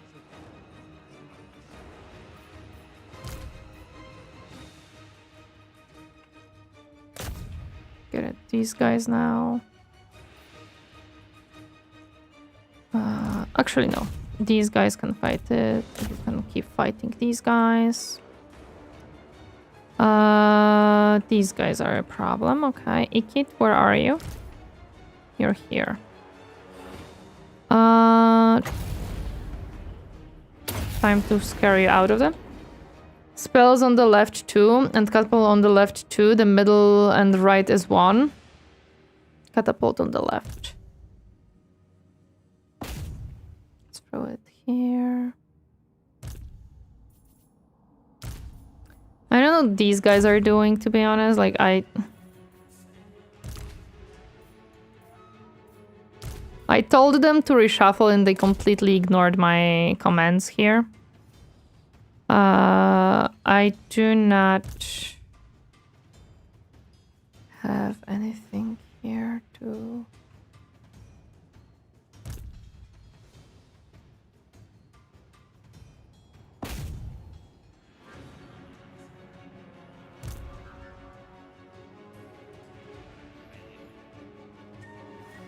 There is still an enemy there, you're pulling them into melee that way?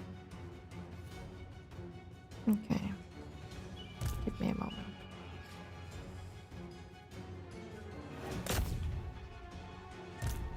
Oh, because these are very short ranged. Never mind We can back you off a little bit. Actually, do we have to?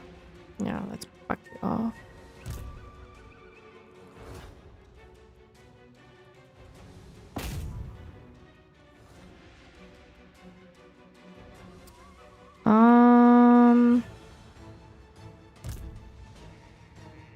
Okay, they have only one last cavalry left here.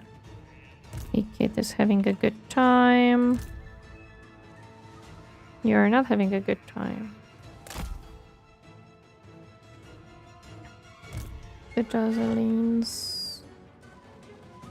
Can we shoot the Lord? We cannot shoot the Lord. In that case, let's shoot whatever is a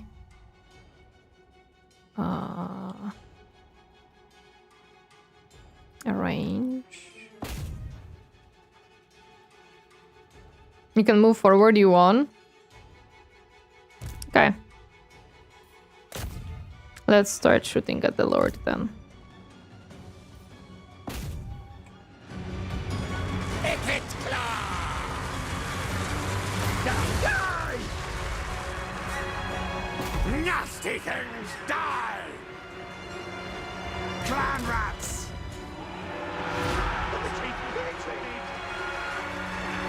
Infernal weapons!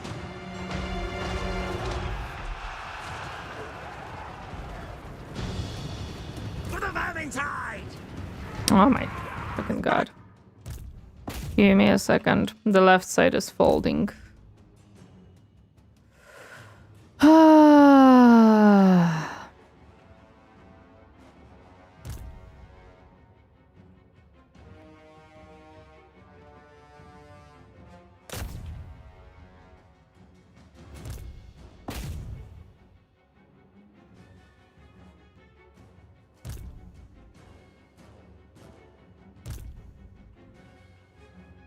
Yeah. Underground!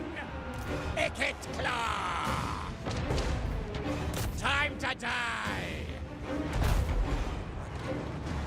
Murder! Okay, let me throw Ikit into helping my right side. Retreat! Retreat! Die! Die! Die! Scarpa! Go!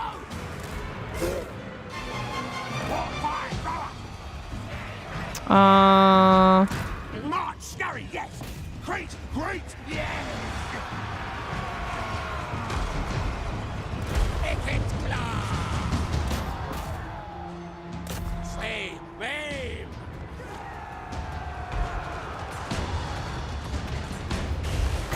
Retreat! Retreat! Come on. Cannon lighting! Come on, there we go. Let's go. My gosh. Oh, that was scary.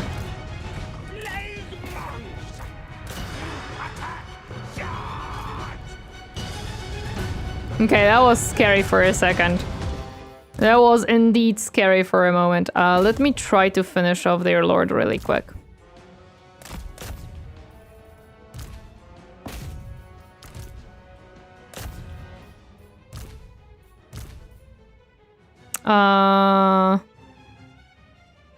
Yeah, I don't care. We're finishing up. Menace, lords and heroes can win it. Menace, yeah, let's throw Menace at... What do they have surviving that we don't want them to have surviving? These guys. Because they're annoying as heck.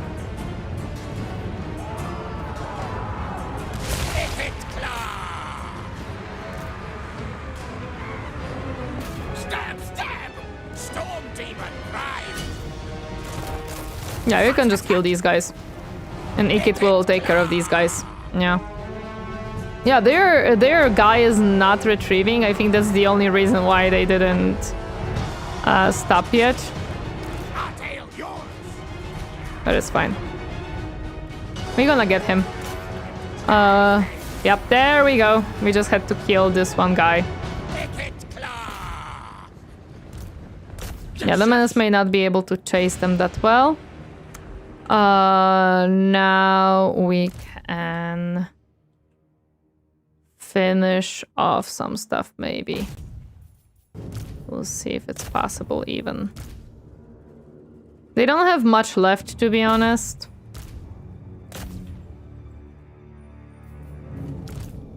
Where are you? Here.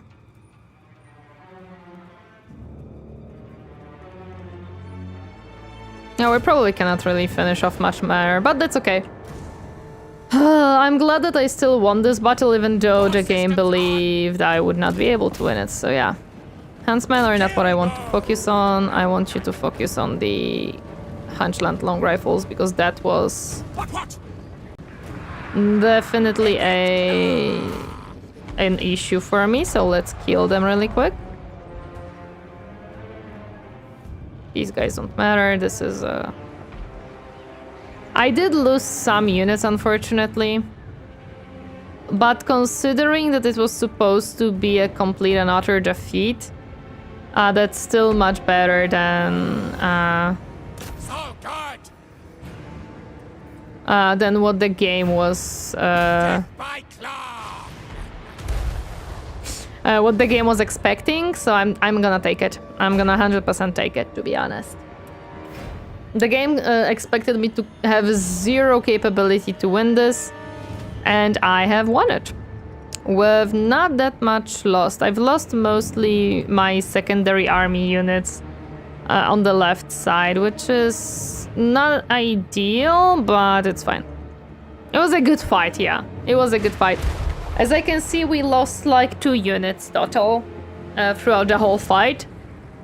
You just have to remember about cooldowns. Oh yes, 100% I have to remember about cooldowns. But with such fights, it's so difficult to keep them in mind, but yes. While I still remember about spells most of the time, the abilities of the lords I mostly completely forget about. And I should have pulled out Ikit and the rest much earlier to help out, especially on the left side. I should have pulled out the lord much earlier. Yeah, we're gonna finish this one up. It's just to... This one is dead. Perfect.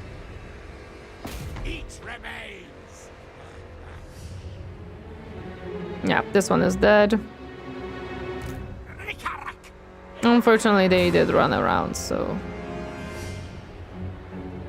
And they might actually escape. You had a lot of abilities and magic left over? True. I have 84 winds of magic that I did not use up. I've used... Like, I had so much winds of magic that I didn't use up. I probably could have saved the units with it. I did not reinforce the left side enough. Only problem with this army is the lack of front line. Yeah... But as you saw, lack of front line does not mean that, you know, can't do anything. Also, I forgot that he now can shoot, which is very fun that he can. I really like that little thing. The Plague Monks are not exactly good for that. No, I have to swap them out for the Halabards, the Storm Verbens creatures, for sure.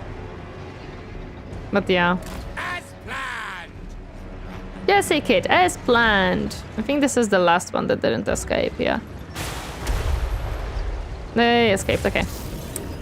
Save a replay.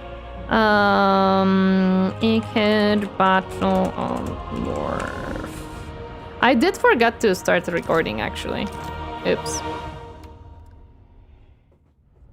A victory Khorne would be proud of, I'm sure. Well, considering that I have...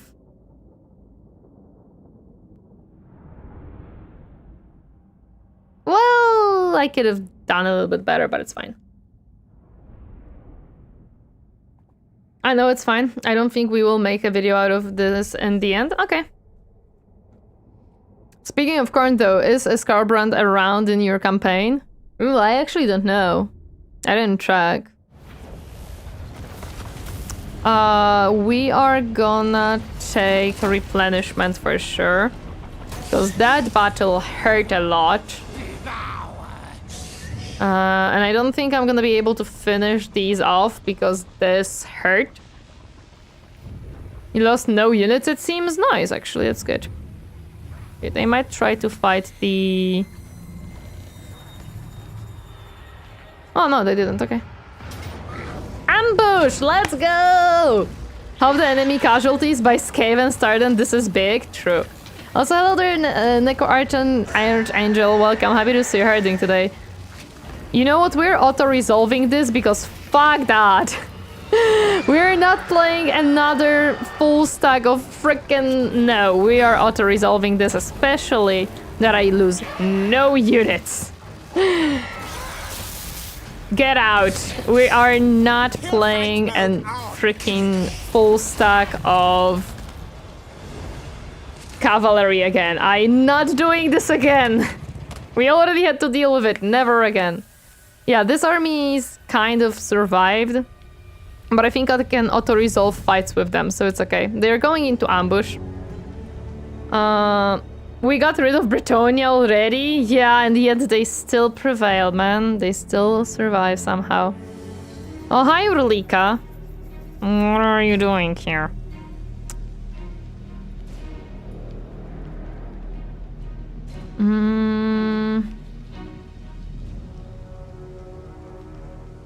Cavalry spam is the worst. Whenever I see it, I just auto-resolve. I already had to deal with a rogue army that literally would have a spam of frickin' cavalry, and it was half undead, half whatever else, so I was like, my gosh, do I hate this.